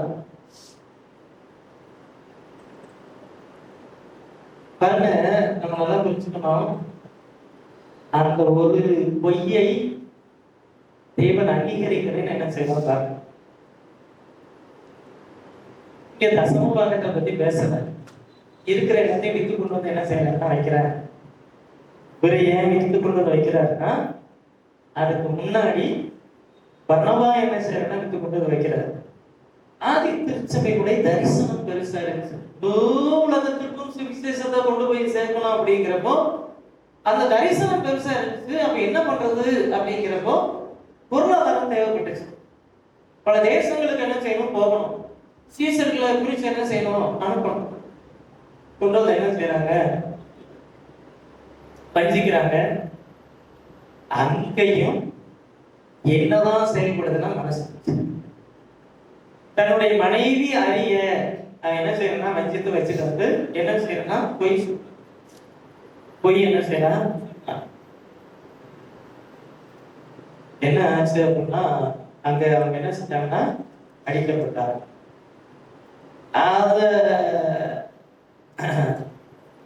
அவங்க அங்க அடிக்கப்பட்டதுக்கு அப்புறம் என்ன நடந்துச்சு அப்படின்னு சொல்லி சொன்னா, 4ஆம் வசனத்துல 3ஆம் வசனத்துல பாருங்க, பேதுரு அவனை நோக்கி, அனனியாவே, நிலத்தின் கிரயத்தில் ஒரு பங்கை வஞ்சித்து வைத்து பரிசுத்த ஆவியினிடத்தில் போய் சொல்லும்படி சாத்தானும் எதனா இருக்குன்னா இருதயம். ஏன் அப்படி யோசிச்சாங்க? இருக்கட்டும்பா, எல்லாத்தையும் கொண்டு போய் அங்க இருக்குன்னு கொடுத்துட்டா நமக்கு என்ன செய்ய இருக்கட்டும் அப்படின்னு என்ன செய்யறாங்கன்னா வஞ்சித்து என்ன செய்யறாங்க? வைக்கிறாங்க. சரி, வஞ்சித்து வச்சுட்டு யாருகிட்ட போய் சொல்றாங்கன்னா பரிசுத்த ஆவி. இப்ப பேதுருகிட்ட தானே போய் சொல்றோம்னு தான் இவங்க நினைச்சாங்க. பேதுரு சொல்ற, எப்ப நீ ஏன்ட்ட போய் சொல்லல, நீ யார்கிட்ட சொன்னா பரிசுத்த ஆவியில என்ன செய்யற? போய் சொல்லு. அந்த பரிசுத்த ஆவி எனக்குள்ள இருக்கிறாரு, அந்த பரிசுத்த ஆவி உனக்குள்ள என்ன செய்யறாரு? இருக்கிறாரு. அப்படி என்ன செஞ்சிருக்க கூடாதுன்னா போய் சொல்லி இருக்க கூடாது. சொல்லிட்டு சொல்றாரு, எப்பா அதை விற்கும் முன்பு அது உன்னுடையதா இருக்கவில்லையா? அதை விற்ற பின்பும் அதன் கிரயம் வசத்தில் இருக்கவில்லையா? இப்ப என்னன்னா அது உன்னோடதுதான், அது என்னோடதுன்னு சொல்லல. அது விற்கிறதுக்கு முன்னாடி அது உன்னுடையதுதான், விற்கிறதுக்கு பிறகு அது உன்னுடையதுதான். நான் வித்ததுல ஒரு பங்கை கொடுக்குறேன்னு என்ன செய்ய சொல்லு, தப்பு. ஏன் நான் இவ்வளவுதானே கொடுக்க முடியும் அப்படின்னு சொல்லு, அது தப்பு இல்லை. ஆனா எல்லாத்தையும் என்ன செய்யறேன்? கொடுத்துட்டேன் அப்படின்னு என்ன செய்ய சொல்லாதன்னு சொல்லிட்டு அங்க சொல்றாரு, சாத்தான் இருதயத்தை நிரப்பினது. பாருங்க, நம்ம ஏவாள் செஞ்சது பெரிய பாவம், அனனியா செஞ்சது சின்ன பாவம் அப்படிதான் இல்லை. எல்லா இடத்துலையும் சாத்தான் அவருடைய இருதயத்தை நிரப்பினான். தேவ வார்த்தைக்கு விரோதமாக, தேவ திட்டத்திற்கு விரோதமாக, தேவன் சொன்னதற்கு மாறான ஒரு காரியத்தை இருதயத்துல நிரப்புறான். இவங்க தேவ வசனத்திற்கு கீழ்ப்படியாம சாத்தான் தங்களுடைய இருதயத்தை நிரப்பின பொழுது அதற்கு ஏற்றாற்போல் செயல்பட. இவங்களை டியூன் பண்ணது யாரு அப்படின்னு பார்த்தா பிசாசு. இவங்க எடுத்து என்ன செஞ்சாங்க, வீட்டிலே வச்சுட்டாங்க. இது யாருக்கு தெரியாது? பேதுருக்கு தெரியாது. இது யாருக்கு தெரியாது? பரிசுத்த ஆவியானவருக்கு தெரியாது. சொல்லிட்டு சொல்றாங்க, நீ மனுஷனிடத்தில் அல்ல தேவனிடத்தில் வீசு. நம்ம பெந்தெகோஸ்தே நாளுக்கு பிறகு இந்த நாள் வரைக்கும் இருக்கக்கூடிய காலத்தை கிருபையின் காலம் என்ன சொல்றோம். ஆனா கிருபையின் காலத்திலேயே இன்னைக்கு தேவன் ரொம்ப கிருபையா இருக்கிறார். அன்னைக்கு தேவன் அப்படி இல்ல. சபைக்குள்ள ஒரு சின்ன விஷயத்துல பொய் சொன்னா கூட அடி அப்படிங்கிறது பலமா இருந்துச்சு. இன்னும் நம்ம சொல்லணும் அப்படின்னா, யோசுவாவினுடைய நாட்கள்ல பாபிலோனியுடைய சால்வைய அந்த எடுத்து ஒளிச்சு வச்சுக்கிட்ட அவனை கூட கர்த்தர் உடனே என்ன செய்யலன்னா எதுவும் பண்ணல. கோத்திரமா வர சொல்லி ஆயப்பட்டணத்துல தோற்று போய் அவன் வந்து ஏன் அப்படின்ட்டு யோசுவா ஆண்டு விட்டு விழுந்து அதுக்கப்புறம் கேட்டு அப்புறம் வந்து கோத்திரமா வர சொல்லி அதுலதான் கர்த்தர் என்ன செய்யறாங்க காமிச்சு கொடுக்குறாரு. இங்க அனனியாவுடைய காரியத்துல அப்படிலாம் இல்லை. நெக்ஸ்ட் செகண்ட் என்ன செய்யுதுன்னா அடி விழுகுது. வாலிபர் எழுந்து அவனை சிலையிலே சுற்றி வெளியே எடுத்துக்கொண்டு போய் அடக்கம் பண்ணினார்கள். ஏறக்குறைய 3 மணி நேரத்திற்கு பிறகு அவனுடைய மனைவி நடந்ததை அறியாமல் உள்ளே என்னொன்னையும் பார்க்கிறோம். வீட்டுக்கும் போகல, பாடியை வீட்டுக்கும் கொண்டு போகல. மனைவிக்கு இந்த மாதிரி அவன் வீட்டுக்காரரு இப்படி சொன்னாருப்பா இப்படி அப்படின்னு என்ன செய்ய சொல்லல. பாடியை கொண்டு போய் என்ன செஞ்சுட்டாங்க, அடக்கம் பண்ணிட்டேன் வந்துட்டாங்க. அடக்கம் பண்ணிட்டு வந்துட்டாங்க. இவங்க ஏறக்குறைய 3 மணி நேரத்துக்கு பிறகு என்னடா போயிட்டு கொடுத்துட்டு வரேன்னு சொல்லி சொன்ன ஆளை காணலன்னு சொல்லிட்டு என்ன செய்யறாங்கன்னா வர்றாங்க. பேதுரு அவனை நோக்கி நிலத்தை இவ்வளவு தானா விற்றிருக்கணும் அப்படிங்கிறப்போ அந்த பணப்பை அங்க என்ன செய்யுதுன்னா இருக்கு. அப்ப அங்க என்ன இருக்குது, கொண்டு வந்து கரெக்டா தான் கொடுத்துருக்கிறாரு. கொடுத்துட்டு தான் மனுஷன் எங்க என்ன செய்யறாருன்னா போயிருக்கிறாரு. அப்ப பிரச்சனையில வந்துருச்சு. பேதுரு கேட்கிற கேள்வி இவ்வளவுதானா அப்படின்னு கேட்கிறப்போ ஆம் இவ்வளவுக்கு தான் அப்படின்னு பேதுருவை நோக்கி கர்த்தருடைய ஆவியை சுமதிக்கிறதுக்கு நீங்கள் ஒருமனப்பட்டது என்ன? இதோ உன் புருஷனை அடக்கம் பண்ணினவர்களுடைய கால்கள் வாசற்படியில வந்திருக்கிறது. இவன் வந்து செத்து அவங்க தூக்கிட்டு போய் அடக்கம் பண்ண அந்த 3 மணி நேரத்துக்குள்ள இவங்க போய் அடக்கம் பண்ணிட்டு வந்திருக்கிறாங்க. வந்து நிக்கிறாங்க. அடுத்த பாடி என்ன செய்யுது, விழுகு. காரணம் என்ன? மனசாட்சியை இவங்க இருதயத்தை சாதாரண. இது மனசாட்சியினுடைய காலங்கிறது நம்ம ஒருவேளை அந்த ஒரு குறிப்பிட்ட பகுதியை ஆதியாகமத்தின் புஸ்தகத்துல நம்ம சொன்னாலும், அதாவது 3ஆம் அதிகாரம் 7 இருந்து 8:14 வரைக்கும் சொன்னாலும் அது இன்றைக்கும் மனசாட்சியினுடைய தான். இன்னைக்கும் சொல்றேன், எத்தனை குடும்பங்கள் தசம பாகத்துல நம்ம உண்மையா இருக்கிறோம். நம்ம எழுதுறோம், தசம பாகம் எழுதுறோம். நம்ம உண்மையா இருக்கிறோமா அப்படிங்கிறத நம்ம மனசாட்சி என்ன செய்யணும் கேட்கணும். கேட்குது அப்படின்னு சொல்லி சொன்னா அந்த மனசாட்சி உயிரோட இருக்குது. இல்லைன்னா நம்ம அதை பண்ணிட்டே இருக்கிறோம் அப்படின்னு என்ன செஞ்சிடும், பழகிடும். சோ இது ரெண்டாவது, மனசாட்சியை புறக்கணித்தால். நம்ம அனனியா சபிரா விஷயத்துல என்னதான் அவங்க வந்து பேசி வச்சு இப்படிதான் சொன்னாலும் மனதின் ஒரு ஓரத்துல நம்ம தப்பு பண்றோங்கிற ஒரு உணர்வு அவங்களுக்கு நிச்சயமா பரிசுத்த ஆவியானவர் கொடுத்திருப்பார். அவங்க அந்த மனசாட்சியை புறக்கணித்ததனுடைய விளைவு தான் என்ன செஞ்சாங்கன்னா அனுபவிச்சு.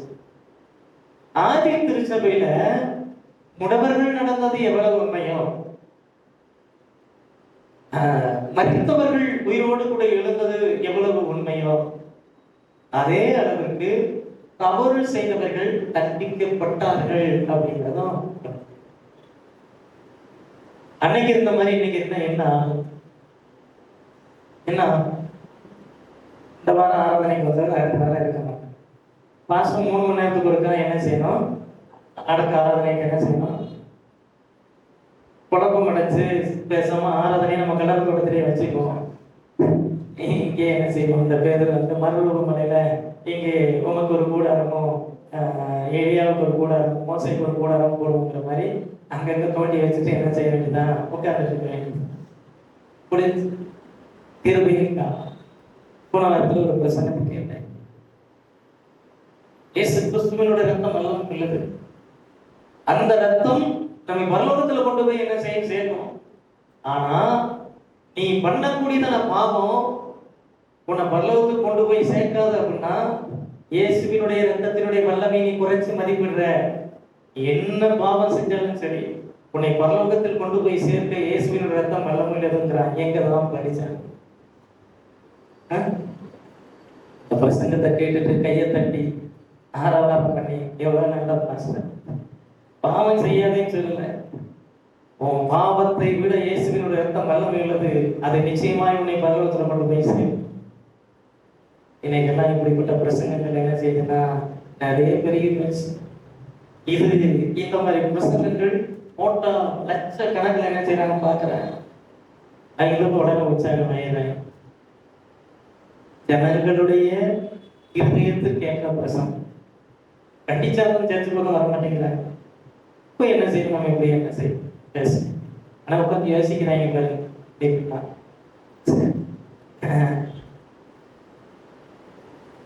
நோவாவுடைய நாட்கள்ல மாத்திரம்தான் அவங்களுடைய இருதயத்தினுடைய நினைவுகள் நித்தமும் கொள்ளதா இருந்துச்சா?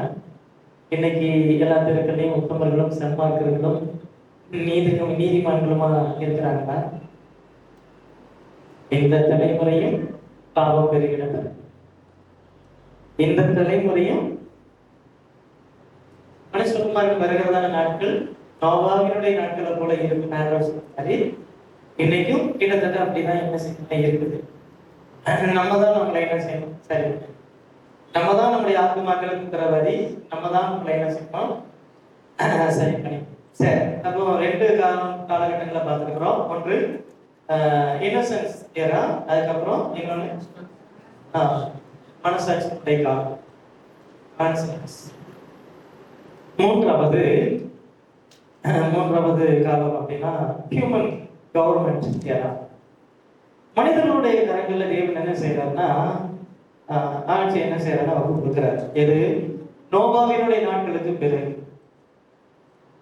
நோவாவினுடைய நாட்களுக்கு பிறகு அதிகாரத்தின் புத்தகம் 8ஆம் அதிகாரம் 15ல இருந்து 11ஆம் அதிகாரம் 9ஆம் வசனம் வரைக்கும் அப்படின்னு என்ன சொன்னா, அதுக்கு பிறகு ஏன் இதை சொல்றோம் அப்படின்னா ஆண்டவர் இப்ப என்ன சொல்றாருன்னா 9ஆம் அதிகாரம் 6ஆம் 7ஆம் வசனத்தை பாருங்க. இவன் மனுஷன் தேவ சாயலிலே உண்டாக்கப்படினால் மனுஷனுடைய ரத்தத்தை இவன் சிந்துகிறானோ அவனுடைய ரத்தம் மனுஷனாலே சிந்தப்பட கிடக்குது. அப்ப அதிகாரத்தை ஆண்டவர் யார் கையில கொடுக்கிறாரு? அதிகாரத்தை கர்த்தர் யார் கையில கொடுக்கிறாரு? மனுஷன் தேவ சாயலிலே உண்டாக்கப்பட்டவன். மனுஷனுடைய ரத்தத்தை ஒரு மனுஷன் சிந்தனா அப்படின்னா அவனுடைய ரத்தம் மனுஷனாலே சிந்திக்கப்படட்டும். அப்போ நீங்களே என்ன செய்யுங்க? ரூல் பண்ணுங்க. யார் தப்பு செஞ்சாலும் அதை நீங்க என்ன செய்யுங்க? சரி பண்ணுங்க அப்படிங்கிற அந்த ஃபர்ஸ்ட் சிவில் லா, அந்த முதல் அந்த பொறுப்பு என்ன செய்யறன்னா மனுஷன் கொடுக்குங்க. ஒரு நீதியான சமுதாயத்தை என்ன செய்யணும்? உருவாக்குங்க. 7ஆம் வசனத்தில் சொல்றாரு, நீங்கள் பழுகி பெருகி பூமியில திரளாய் வர்த்தித்து என்ன செய்யுங்க? விருத்தியாக்குங்கள். பூமியை நிரப்புங்க. ஒரு நேர்மையான ஒரு நீதியான சமுதாயத்தை என்ன செய்யுங்க? உருவாக்குங்க அப்படிங்கறத ஆண்டவர் என்ன செய்யறாருன்னா சொல்றாரு. இத ஆண்டவர் சொன்னதுக்கு பிறகு மனுஷன் என்ன செய்யறான்? இத சரியா செஞ்சானா அப்படின்னா இல்ல, அதுல திரும்பவும் என்ன செய்யலாம்? தோற்று போகிறான் அப்படின்னு என்ன செய்யலாம் பாருங்க. 11ஆம் அதிகாரத்துக்கு வருவோம். இப்போ 11ஆம் அதிகாரம் வரைக்குமே ஒரே மாசம் இருந்துச்சு, ஒரே ஜாதியா தான் என்ன செஞ்சாங்கன்னா இருந்தாங்க. சரிங்களா? அப்போ இவங்க ஒரே இடத்துல என்ன செய்யறாங்கன்னா இருக்கிறாங்க. ஜனங்கள் கிழக்கே இருந்து பிரயாணம் பண்ணுகையில் சினையா தேசத்திலே சமபூமியை கண்டு அங்கே கூடியிருந்தார்கள். இப்போ அவங்களுக்குள்ள என்ன வருது அப்படின்னா, 4ஆம் வசனத்துல பார்க்கிறோம், பின்னும் அவர்கள் நாம் பூமியின் மீதெங்கும் சிதறி போகாதபடிக்கு நமக்கு ஒரு நகரத்தையும் வானத்தின் அளவும் சிகரமுள்ள ஒரு கோபுரத்தையும் கட்டி நமக்கு பேருண்டாக பண்ணுவோம் வாருங்கள் என்று சொல்லி கொண்டார்கள். இப்ப அடுத்து என்ன செய்யறான், நம்ம ஆளுக்கு ஒரு இடத்துல போக வேண்டாம், ஒரே இடத்துல இருப்போம். நம்ம எல்லாம் குடியிருக்கிறதுக்கு என்ன செய்வோம், ஒரு கோபுரத்தை என்ன செய்வோம், கட்டுவோம். கட்டி என்ன செய்வோம், நமக்கு பேருண்டாக பண்ணுவோம் பாருங்கள். ஆண்டவர் மனுஷன் கையில அதிகாரத்தை கொடுக்கிறாரு. நீங்க என்ன செய்யணும்னா, மனுஷனுடைய ரத்தம் சிந்தப்பட்டா அதுக்கு என்ன செய்யணும், சிந்தின மனுஷனுடைய ரத்தம் என்ன செய்யணும், சிந்தப்பட கிடக்குது. இப்போ நீதியான சமுதாயத்தை உருவாக்குங்க, நீங்க பழுகி பெருகி என்ன செய்யுங்க, பூமியை நிரப்பி அதை என்ன செய்யுங்க, வர்த்திக்க பண்ணுங்கன்னு சொல்ற. அப்ப தேவ திட்டம் என்னது, பழுகி பெருகணும், பூமி என்ன செய்யணும், நிரப்பணும். இப்ப இவன் திரும்ப என்ன செய்யறான், நம்ம பூமி எங்களும் சிதறி போகாதபடிக்கு ஒரு இடத்துல என்ன செய்வோம், இருப்போம். ஆண்டவர் சொல்ற பெருகணும், எல்லாம் என்ன செய்யணும், நிரப்பணுங்கிறாங்க. இவங்க என்ன சொல்றாங்க, வேண்டாம், ஒரே இடத்துல இருப்போம். இருக்கிறது மாத்திரம் இல்ல, நமக்கு பேருண்டாக ஒரு கோபுரத்தை என்ன செய்வோம், தேவ வார்த்தையை தள்ளினார்கள், தேவனையும் தள்ளினார்கள். நம்ம என்ன செய்வோம், இங்கே இருப்போம். மனுஷன் கையில ஆண்டவர் அதிகாரத்தை கொடுத்தப்போ அவன் என்ன செஞ்சிருக்கணும், என்ன செஞ்சிருக்கணும், தேவ திட்டத்தை என்ன செய்யணும், நிறைவேற்றிருக்கும். இதே தப்பதான் இஸ்ரவேலர்களும் செஞ்சார். புதிய ஏற்பாடு திருச்சபையை செஞ்சு பெந்தெகோஸ்தே நாளுக்கு பிறகு அவங்க விட்டு ஆண்டவர் சொன்னது, பரிசுத்த ஆவி உங்களிடத்தில் வரும் பொழுது நீங்கள் பலனடைந்து எருசலேமிலும் யூதேயாவிலும் சமாரியாவிலும் பூமியினுடைய கடைசி பரியந்தம் எனக்கு சாட்சிகளா இருப்பீர்கள் சொன்னா, இவங்க அதை செய்யல. சாலமோன் மண்டபத்தில் என்ன செஞ்சுட்டாங்க, உட்கார்ந்தாங்க. வீடுகள் வரும் அப்பம் விட்டு ஜனங்கள் எல்லாரும் மன மகிழ்ச்சியோட என்ன செஞ்சாங்கன்னா, ஆனா தேவ திட்டம் என்னது பாருங்க, ஆண்டவர் போங்கன்னா போயிடணும். ஆண்டவர் சில காரியத்தை செய்யுங்க சொன்னா என்ன செய்யணும், செய்யணும். இல்ல நம்ம இங்கே இருக்கிறோம் அப்படின்னு சொல்லிட்டு நம்ம சொல்றோம், நம்முடைய கன்வீனியன்ஸ எங்க பாக்குறோமோ அங்கெல்லாம் தேவ திட்டம் என்ன செய்யணும், தொட்டு போகும். அங்கெல்லாம் தேவன் தள்ளப்படுகிறார், தேவ வார்த்தை என்ன செய்யுது, தள்ளப்படுது அப்படிங்கறத என்ன செய்யறோம். இதுல என்ன நடக்குது அப்படின்னா, இவங்க தேவ நாமத்தை உயர்த்துறதுக்கு பதிலா தங்களுடைய பெயரை என்ன செய்யணும், உயர்த்தணும்னு நினைச்சாங்க. தேவனை மறந்து போனார்கள் அப்படின்னு என்ன செய்யணும். இப்ப கர்த்தர் சொல்றாரு, இதோ ஜனங்கள் ஒரே கூட்டமா இருக்கிறார்கள், அவர்கள் அனைவருக்கும் ஒரே பாஷையும் இருக்கிறது, இவர்கள் இதை செய்ய தொடங்கினார்கள், இப்பொழுதும் தாங்கள் செய்ய நினைத்தது ஒன்றும் தடைபட மாட்டாது என்று என்ன செய்யறாங்க, இருக்கிறாங்க. நாம் இறங்கி போய் ஒருவர் பேசுவதை மற்றொருவர் அறியாதபடிக்கு அங்கே அவர்கள் பாஷையை தாறுமாறாக்குவோம் என்றார். இப்பவும் தேவன் அவருடைய திட்டம் நிறைவேறணும் அப்படின்னு சொல்லிட்டு என்ன செய்யறாருன்னா, அத பாஷைகளை மாத்துறாரு. ரொம்ப சிம்பிளா ஆண்டவர் என்ன செய்யறாரு, ஒரே பாஷை இருக்கிறதுனாலதான் ஒன்னா இருபது என்ன செய்யலாம் இருக்கிறான். பாஷை தாறுமாறாச்சுன்னா இவன் பேசுறது அவனுக்கு புரியல, அவன் பேசுறது இவனுக்கு புரியல. அப்ப ஆட்டோமேட்டிக்கா என்ன ஆயிரும், கம்யூனிகேஷன் என்ன செய்யும், உடையும். நமக்கு பேருண்டாக வானத்த அளவுக்கு நம்ம கட்டுவோம்பா, இவன் என்ன சொல்றான்னு அவனுக்கு விளங்காது. என்னடா சொல்ற, புரியுற மாதிரி சொல்லும்னா புரியாது. நான் சொல்றது உனக்கு புரிய மாட்டேங்குது. வீட்டுல இருக்க அவன் மனைவி புரியும், நான் பேசுறது இவனுக்கு புரியுது, அவனுக்கு புரியலையா, வா நம்ம போவோம். கிளம்பி என்ன செஞ்சுட்டாங்க, தேவன் செயல்பட ஆரம்பித்தார். மனுஷன் கையில ஆண்டவர் பவரை கொடுக்குறாரு. நீ பருகி பெருகி என்ன செய்ய நேரப்படுற, எங்கெல்லாம் நம்ம தேவ தரிசனத்தை, தேவ திட்டத்தை, தேவ வார்த்தைய நிராகரிச்சு தேவனை மறந்து செயல்படுறோமோ அங்கெல்லாம் தேவன் இறங்கி எப்படி செயல்படுவார்னா, நம்ம பிசாசுதான் குழப்பத்தை ஏற்படுத்துவான், பிரிவினை உண்டாக்குவான். இது பிரிவினை அல்ல, தேவனுடைய திட்டம். அப்ப ஆண்டவர் என்ன செய்யறாருன்னா அங்க வாசைகளை தாறுமாறாக்கினார் அப்படின்னு என்ன செய்யலாம் பார்க்கிறோம். இது இன்னொரு காரியத்தையும் பார்க்கிறோம். 3ஆம் வசனம் 11ஆம் அதிகாரம் 3ஆம் வசனம். அவர்கள் தான் செங்கல் அறுத்து அதை நன்றாய் சுடுவோம் பாருங்கள் என்று ஒருவரோடு ஒருவர் பேசிக் கொண்டார்கள். கல்லுக்கு பதிலாக செங்கலும் சாந்துக்கு பதிலாக நிலக்கீழும் அவர்களுக்கு இருந்தது. கல்லுக்கு பதிலாக செங்கல். இன்னோவேஷன் அப்படிங்கிறது அப்பவே ஆரம்பிக்குது. என்னது? கல்லுக்கு பதிலா சாந்துங்கிறது என்னது? சாந்துங்கிறது சிமெண்ட். ஸோ இவங்க என்ன செய்யறாங்க அப்படின்னா அங்க ஒரு ஒரு ஆல்டர்னேட் என்ன செய்யறாங்கன்னா பார்க்கறாங்க. கல்லுக்கு பதிலாக செங்கல், சாந்துக்கு பதிலாக நிலக்கீல். நிலக்கீல்னா என்னது? அந்த தார் சொல்லுமா, நிலக்கீல்ன்றது அந்த தார் மாதிரி பாருங்க. ஒரிஜினல் எப்பவுமே ஒரிஜினலா என்ன செய்யணும் இருக்கணும். எங்கெல்லாம் நம்ம ஆல்டர்னேட் பார்க்கிறோமோ அங்கெல்லாம் பிரச்சனை என்ன செய்யும்? தேவனுக்கு பதிலாக தங்களுக்கு பேர் உண்டாகணும். கல்லுக்கு பதிலாக செங்கல். ஏன்? கல்ல உடைக்கிறது கஷ்டம், கல்ல அறுக்கிறது கஷ்டம். அப்போ மண்ணை குழைச்சு அதை சுட்டு செங்கலை செய்யறது ஈஸி. ஏன்? கோபுரம் கட்டணும், அது வானலாவிய கோபுரம் என்ன செய்யணும்? கட்டணும். கல்ல பொறுத்த வரைக்கும் ஒரு லெவலுக்கு மேல என்ன செய்ய முடியாது, தூக்க முடியாது, ஏத்த முடியாது. அப்ப என்ன செய்யணும்? இதுக்கு ஆல்டர்னேட் என்ன செய்யணும்? வேணும்.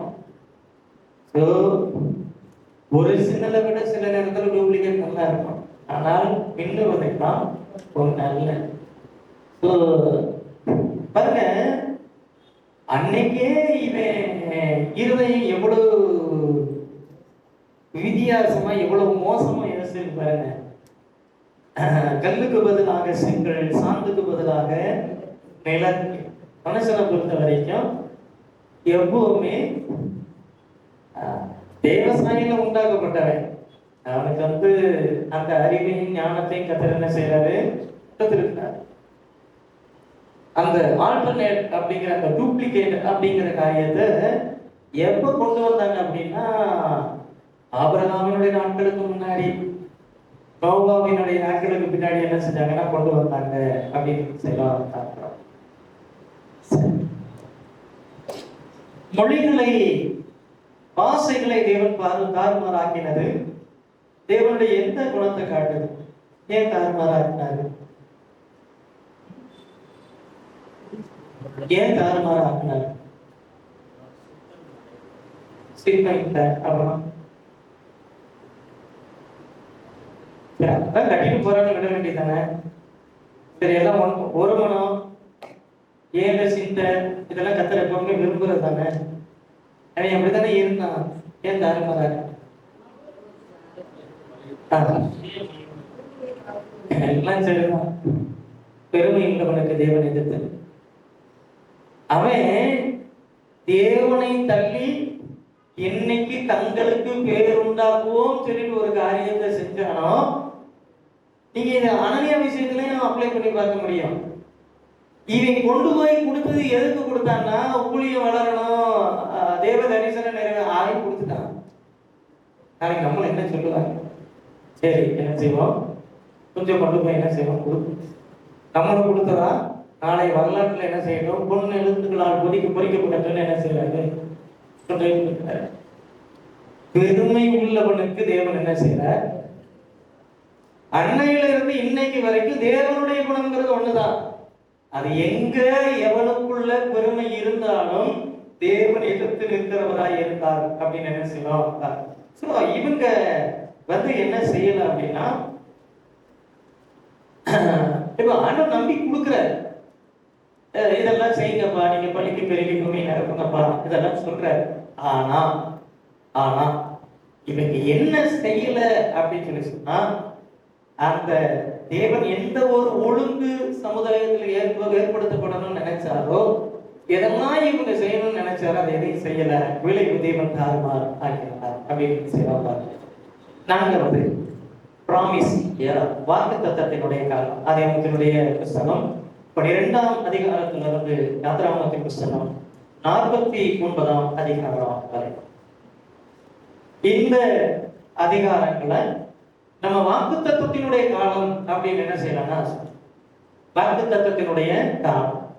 இங்க ஆண்டவர் என்ன செய்யறாரு அப்படின்னா, ஆபிரகாம அழைக்கிறார். ஆபிரகாம் அழைக்கிறப்ப ஆண்டவர் என்ன வாக்கு தத்தங்களை கொடுக்கிறாரு? முக்கியமா நான் உன்னை பெரிய ஜாதியாக்கி உன்னை ஆசீர்வதித்து உன் பெயரை பெருமைப்படுத்துவேன், ஆசீர்வாதமா இருப்பேன், உன்னை சபிக்கிறவர்களை சந்திப்பேன், பூமியில் உள்ள வம்சம். சோ இதுல ஆண்டவர் முக்கியமா சொல்ல வந்து, நீ காண்பிக்கும் தேசத்தை உனக்கு என்ன செய்வேன் தருவேன், நான் உன்னை ஆசீர்வாதமா இருப்பேன், நீ உன்னை பெரிய ஜாதி ஆக்குவேன், அதுக்கு பிறகு உனக்குள் பூமியின் வம்சங்கள் எல்லாம் ஆசீர்வதிக்கும். இது வந்து வாக்குத்தத்தம். இந்த வாக்குத்தத்தம் ஆபிரகாமில் நிறைவேறினது, ஈசாக்கில் நிறைவேறினது, யாக்கோபில் நிறைவேறினது, யோசேப்பில் நிறைவேறினது. இந்த 12 கோத்திரங்களும் என்ன செய்தனா இதுல என்ன செய்தனா நிறைவேறுது. இந்த வாக்குத்தத்த காலத்துல ஏற்பட்டதான காரியம் அப்படின்னு பார்க்கிறப்போ, இவங்க என்ன செய்யறாங்க அப்படின்னு சொல்லி சொன்னா, எகிப்துக்கு அடிமையா என்ன செய்யறாங்க போறாங்க. எகிப்துக்கு அடிமையா போனதும் தேவ திட்டம், உன்னுடைய ஜனங்கள் உன்னுடைய சந்ததியா தங்களுடைய அல்லாத தேசத்துல 400 வருஷம் என்ன செய்வாங்க, அடிமைகளா இருப்பாங்க. அதற்கு பிறகு நான் அவர்களை சந்திச்சு என்ன செய்வேன், இங்க கொண்டு வருவேன் அப்படின்னு சொல்லி சொல்றேன். இப்ப இந்த தேசத்துல ஏற்கனவே பல ஜாதிகள் இருக்கிறாங்க. கர்த்தர் இவங்களை எகிப்துக்கு கொண்டு போய் அங்க வச்சு இவங்களை பெருக பண்ணி பெரிய ஜாதியாக்கி திரும்ப கொண்டு வந்து தேசத்தை என்ன செய்யணும், கொடுக்கணும். ஸோ இதுல வந்து ஒண்ணு பெரிய ஜாதி ஆக்கணும். அது கானானுக்கு கொண்டு போய் அங்க அவங்களை என்ன செய்யறாங்கன்னா பெரிய ஜாதி, இந்த எகிப்து கொண்டு போய் அவங்களுக்கு பெரிய ஜாதி ஆக்குறாரு. அதுக்கு பிறகு அவங்களை எங்க கொண்டு வர்றாரு, கானானுக்கு கொண்டு வர்றாரு. அந்த கானான் தேசத்தை அவங்களுக்கு கொடுப்பேன்னு சொல்ற, அது ஒரு வாக்கு தத்தம். அதுக்கு பிறகு உனக்குள் பூமியின் வம்சங்கள் எல்லாம் என்ன செய்யும், ஆசீர்வதிக்கும். இன்னைக்கு நம்ம எல்லாம் அந்த வழியில தான் என்ன செய்யறோம், ஆசீர்வதிக்கப்பட்டிருக்கிறோம். அது நம்ம பின்னாடி என்ன செய்யணும் டீட்டெயிலா பாப்போம். சரி, இதுல வந்து இந்த 3 காரியங்களையும் சொல்லி என்ன செய்யறாருன்னா, ஆண்டவர் என்ன செய்யறாருன்னா அழைக்கிறார். இந்த 3 காரியங்களையும் தேவன் அவருடைய வாழ்க்கையில் என்ன செய்யறாருன்னா நிறைவேற்றினார் அப்படின்னு என்ன செய்யறோம் பாருங்க. சோ இந்த வாக்குத்தத்தங்களை எல்லாம் ஆபிரகாம் நம்பினாரா அப்படின்னா நம்பணும். ஆபிரகாம் நம்பினாரா? நம்பணும். இதே போல நமக்கும் கர்த்தர் கொடுக்கக்கூடிய வாக்குத்தத்தங்களை நம்மளும் என்ன செய்யணும், நம்பணும். நடக்குமா நடக்காதா அப்படிலாம் இல்லை. நம்புவதற்கு ஏதுமில்லாத போதும் அதை அவர் என்ன செஞ்சார், விசுவாசித்தார். தேவன் அதை அவருக்கு நீதியாக இருக்கிறார் அப்படின்னு என்ன செய்வோம். சரி, என்ன கடைசியா அஞ்சாவது வந்து என்ன அப்படின்னா நியாயப்பிரமாண காலம். இது வந்து யாத்திராகமத்தின் புஸ்தகம் 20ஆம் அதிகாரத்துல ஆண்டவர் என்ன செய்யறாருன்னா சீனாய் மலையில வச்சு நியாயப்பிரமாணத்தை கொடுக்கிறார். அது இயேசு கிறிஸ்துவினுடைய சிலுவை மரணம் வரைக்கும் நியாயப்பிரமாண காலம். முழுக்க நியாயப்பிரமாணங்கிறது எந்த ராஜா இருந்தாலும் சரி, ராஜாவே இல்லைனாலும் சரி, நியாயப்பிரமாணத்தை கை கொள்ளுகிறார்களா இல்லையாங்கிறது என்ன செஞ்சுன்னா வந்துகிட்டே தான் இருக்கு. சோ நியாயப்பிரமாணத்தை மீறுவது பாவம். நியாயப்பிரமாணத்துல எல்லாத்தையும் கை கொண்டிருந்தாலும் ஒரு பிரமாணத்தை மீறினால் அவன் எல்லாத்தையும் மீறினா அப்படின்னு என்ன செய்யலாம் இருக்கு. நியாயப்பிரமாணத்துல என்னெல்லாம் இருந்துச்சு அப்படின்னா 10 கட்டளைகள் என்ன செஞ்சு இருந்துச்சு, பலிகள் என்ன செஞ்சுன்னா இருந்துச்சு, ஆசாரியர்களுடைய சேவை அப்படிங்கிறது இருந்துச்சா. இப்படி ஒவ்வொரு காரியத்தையும் இவங்க சரிவர என்ன செய்யணும். ஆண்கள் என்ன செய்யணும், வருஷத்துல 3 தரம் தேவாலயத்துல நிக்கணும். 8ஆம் நாள் விருத்த சேதனம் செய்யப்படணும். விருத்த சேதனம் செய்யப்படுறப்போ புறா குஞ்சுகளையோ காளையோ அல்லது ஆட்டுக்கடாக்களையோ குட்டியோ கொடுக்கணும். பஸ்கா இப்படி ஆசரிக்கப்படணும். அசைவாட்டு காணிக்கையா இது கொண்டு வரப்படணும். முதற் பலனாக இது கொண்டு வரப்படணும். என்னென்னலாம் ஆண்டவர் சொல்லியிருந்தாரோ இது எல்லாத்தையும் என்ன செய்யணும். இது நியாயப்பிரமாணம் அப்படிங்கறது என்ன செய்யணும். இந்த நியாயப்பிரமாணத்தில் காணப்பட்டதான ஒரு பிரச்சனை என்ன அப்படின்னா, நியாயப்பிரமாணம் மனிதனுக்கு இது பாவம்னு என்ன செஞ்சுன்னா காமிச்சது. ஆனால் அந்த பாவத்தை மேற்கொள்ளுகிறதற்கான பலன் என்பது மனுஷங்கிட்ட என்ன செய்யல. அதனால நிருபத்துல சொன்னாரு, நன்மை செய்ய விரும்புகிற என்னிடத்துல தீமை உண்டென்று காண்கிறேன். நான் விரும்புகிற நன்மையை செய்யாமல் விரும்பாத தீமையையே செய்கிறேன். நான் நல்லதுதான் செய்யணும்னு நினைக்கிறேன். சாயந்தரம் பைபிள் ஸ்டடி நான் போகணும்னு தான் நினைக்கிறேன். பாஸ்டிங் பிரேயர் நான் இந்த வருஷத்துல 21 நாள் கலந்துக்கணும் தான் என்ன செய்யறேன் நினைக்கிறேன். நன்மை செய்ய வேண்டும் என்று விரும்புகிற என்னிடத்திலே தீமை உண்டென்று காண்கிறேன். அது என்ன அப்படின்னா, பாஸ்டிங் பிரேயர் ஆரம்பிக்கிற அன்னைக்கு எனக்கு செம்மையா தூக்கம் என்ன செய்து வருது. அந்த பிரேயர் ஆரம்பிக்கிற அன்னைக்கு எனக்கு பிரேயருக்கு போறதுக்கு என்ன செய்ய முடியல. உடம்பெல்லாம் என்ன செய்து வலிக்குது, குறுக்கெல்லாம் என்ன செய்து வலிக்குது, காலெல்லாம் என்ன செய்து வலிக்குது, தூக்கம் அப்படி என்ன செய்து வருது. சரி, இன்னைக்கு ஒரு நாள் தூங்கிட்டு நாளைக்கு போட்டு என் மனசு கூட என் சூழ்நிலையை புரிஞ்சு என்ன செய்து பேசுது. அப்படி நான் விரும்புகிற நன்மையை செய்யலாம். நம்ம எதை செய்யணுமோ அதை என்ன செய்யணும் செய்யணும். மாம்சம் ஆவிக்கு விரோதமாகவும் ஆவி மாம்சத்துக்கு விரோதமாக என்ன செய்யும் போராடும். உங்கள் ஆவியினாலே மாம்சத்தை ஜெயித்தா என்ன செய்வீங்க விளைவு. ஆவியினாலே மாம்சத்தை கொன்றால் விளைவு. நம்ம வாழ்க்கையில் பெரும்பாலும் வரல. ஆவியினால சாத்தி படுக்க வச்சுட்டு மாம்சம் என்ன செய்யுதுன்னா அது பாட்டு ஆடிட்டு இது என்னன்னா பவுல் சொல்ற, நான் விரும்புகிற நன்மையை செய், விரும்பாத தீமை என்ன செய்யறேன். இந்த நியாயப்பிரமாணம் அப்படிங்கிறது மனுஷனுக்கு என்னத்தை கொடுக்கல அப்படின்னா, அந்த தேவையான பலனை என்ன செய்யல கொடுக்கல. மாறா என்ன செஞ்சு அப்படின்னா, எது பாவங்கிறது என்ன செஞ்சுன்னா காமிச்சு. நியாயப்பிரமாணம் பரிசுத்தம் உள்ளதுதான். கற்பனையும் பரிசுத்தமாயும் நீதியாயும் நன்மையாயும் தான் என்ன செய்து இருக்குது. ஆனால் பாவமானது கற்பனையினாலே சமயம் பெற்று என்னை வஞ்சித்து அதனாலே என்னை கொன்றது. அப்படின்னா என்ன அர்த்தம்? பாவமானது கற்பனையினாலே சமயம் பெற்று, ரோமர்கள் நிருபம் 7ஆம் அதிகாரம் 13ஆம் வசனம். அப்படின்னா என்ன அர்த்தம்? பாவமானது கற்பனையினாலே சமயம் பெற்றுன்னா என்னது? உபாசிபம். அதே வச்சு சொல்றேன், உபாசிபத்துக்கு போகணுங்கிறது ஒரு பிரமாணம் நம்ம வச்சுக்கோமே. அந்த கற்பனையினாலே சமயம் பெற்று விபச்சாரம் செய்யாதிருப்பாயாக, கொலை செய்யாதிருப்பாயாக, களவு செய்யாதிருப்பாயாக. களவு செய்யாதிருப்பாயாகங்கிறது பிரமாணம். நான் அதை செய்யணும்னு என்ன செய்யறேன், ரொம்ப ஆசைப்படுறேன். ஆனா களவு செய்யக்கூடாது நியாய பிரமாணம் சொல்லுது. களவு செய்வது பாவம்னு நியாய பிரமாணம் சொல்லுது. பாவமானது கற்பனையினாலே சமயம் பெற்று அப்படின்னா களவு செய்யறதுக்கான ஒரு சந்தர்ப்பம் என்ன செய்து உருவாகுது. அந்த சமயத்துல இந்த பாவம் என்ன செய்தான், சமயம் பெற்று என்ன செய்து என்னை வஞ்சித்து. நீ திருடெல்லாம் இல்லப்பா, கேட்காம எடுக்கிற இதுல என்ன இருக்கு அப்படின்னு என்ன செய்யுது.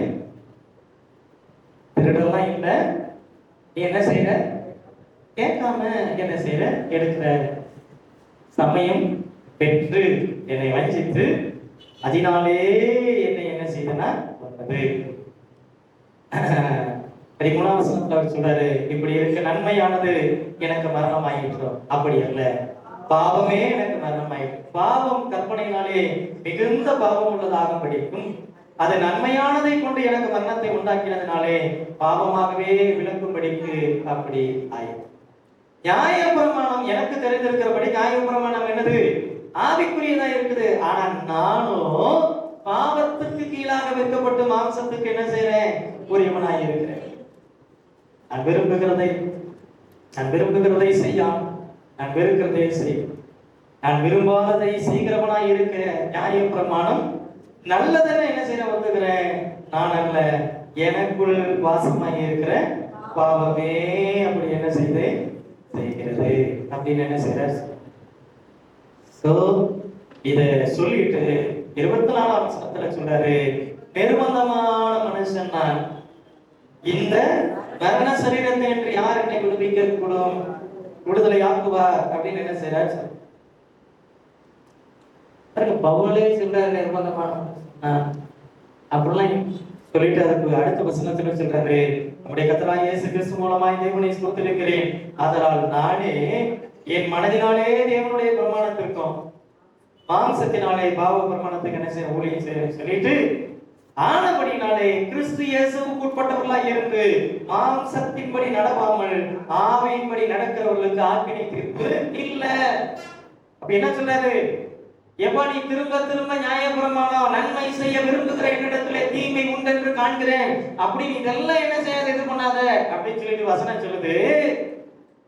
கிறிஸ்து இயேசுவுக்கு உட்பட்டவர்களாய் இருந்து மாம்சத்தின்படி நடவாமல் ஆவியின்படி நடக்கிறவர்களுக்கு ஆக்கினை தீர்ப்பு இல்ல. நீ ஏன் மாம்சம் சொல்றது கேட்டு நடக்கிற?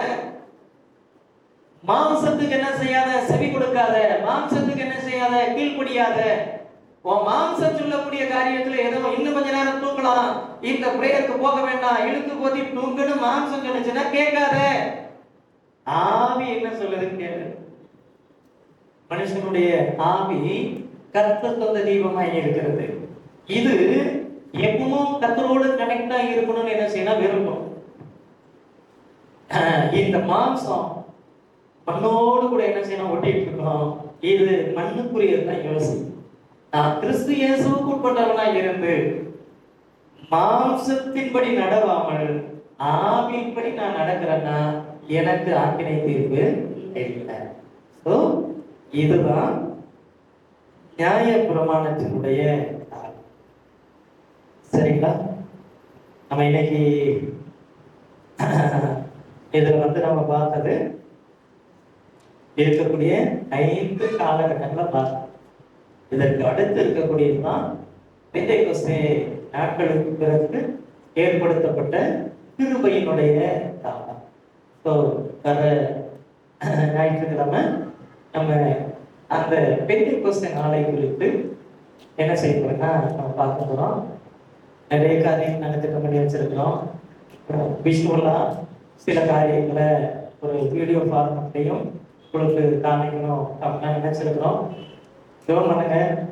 நம்ம நினைக்கக்கூடிய காரியங்களை எங்கேயோ இருந்து எடுக்க போறது, கிரியேட் பண்ணணும், உருவாக்கணும். ஸோ ரொம்ப பிரயாசப்படுறோம். அதுக்காக ஜோம் பண்ணுங்க. அதில் என்ன செய்யணும்னா ஆசை ஜோம் பரிசுத்தமுள்ள பிதாவே கிருபை நிறைந்த ஆண்டவரே, இந்த நாளில் வேதபாட வகுப்பை கர்த்தர் ஆசீர்வதித்து கொடுத்த கிருபைக்காய் நன்றி. தொடர்ந்து நாங்கள் கற்றுக்கொள்ள வேண்டிய காரியங்களை கர்த்தர் எங்களுக்கு கற்றுத்தாரும். இன்னும் அநேக காரியங்களை நாங்கள் கற்றுக்கொள்ள ஆவியானவர்களுக்கு உதவி செய்கிறார். காத்துக்கொள்ளும் வழி நடத்தும். இயேசுவின் நாமத்தில் ஜெபிக்கிறோம் நல்ல பிதாவே. ஆமென்.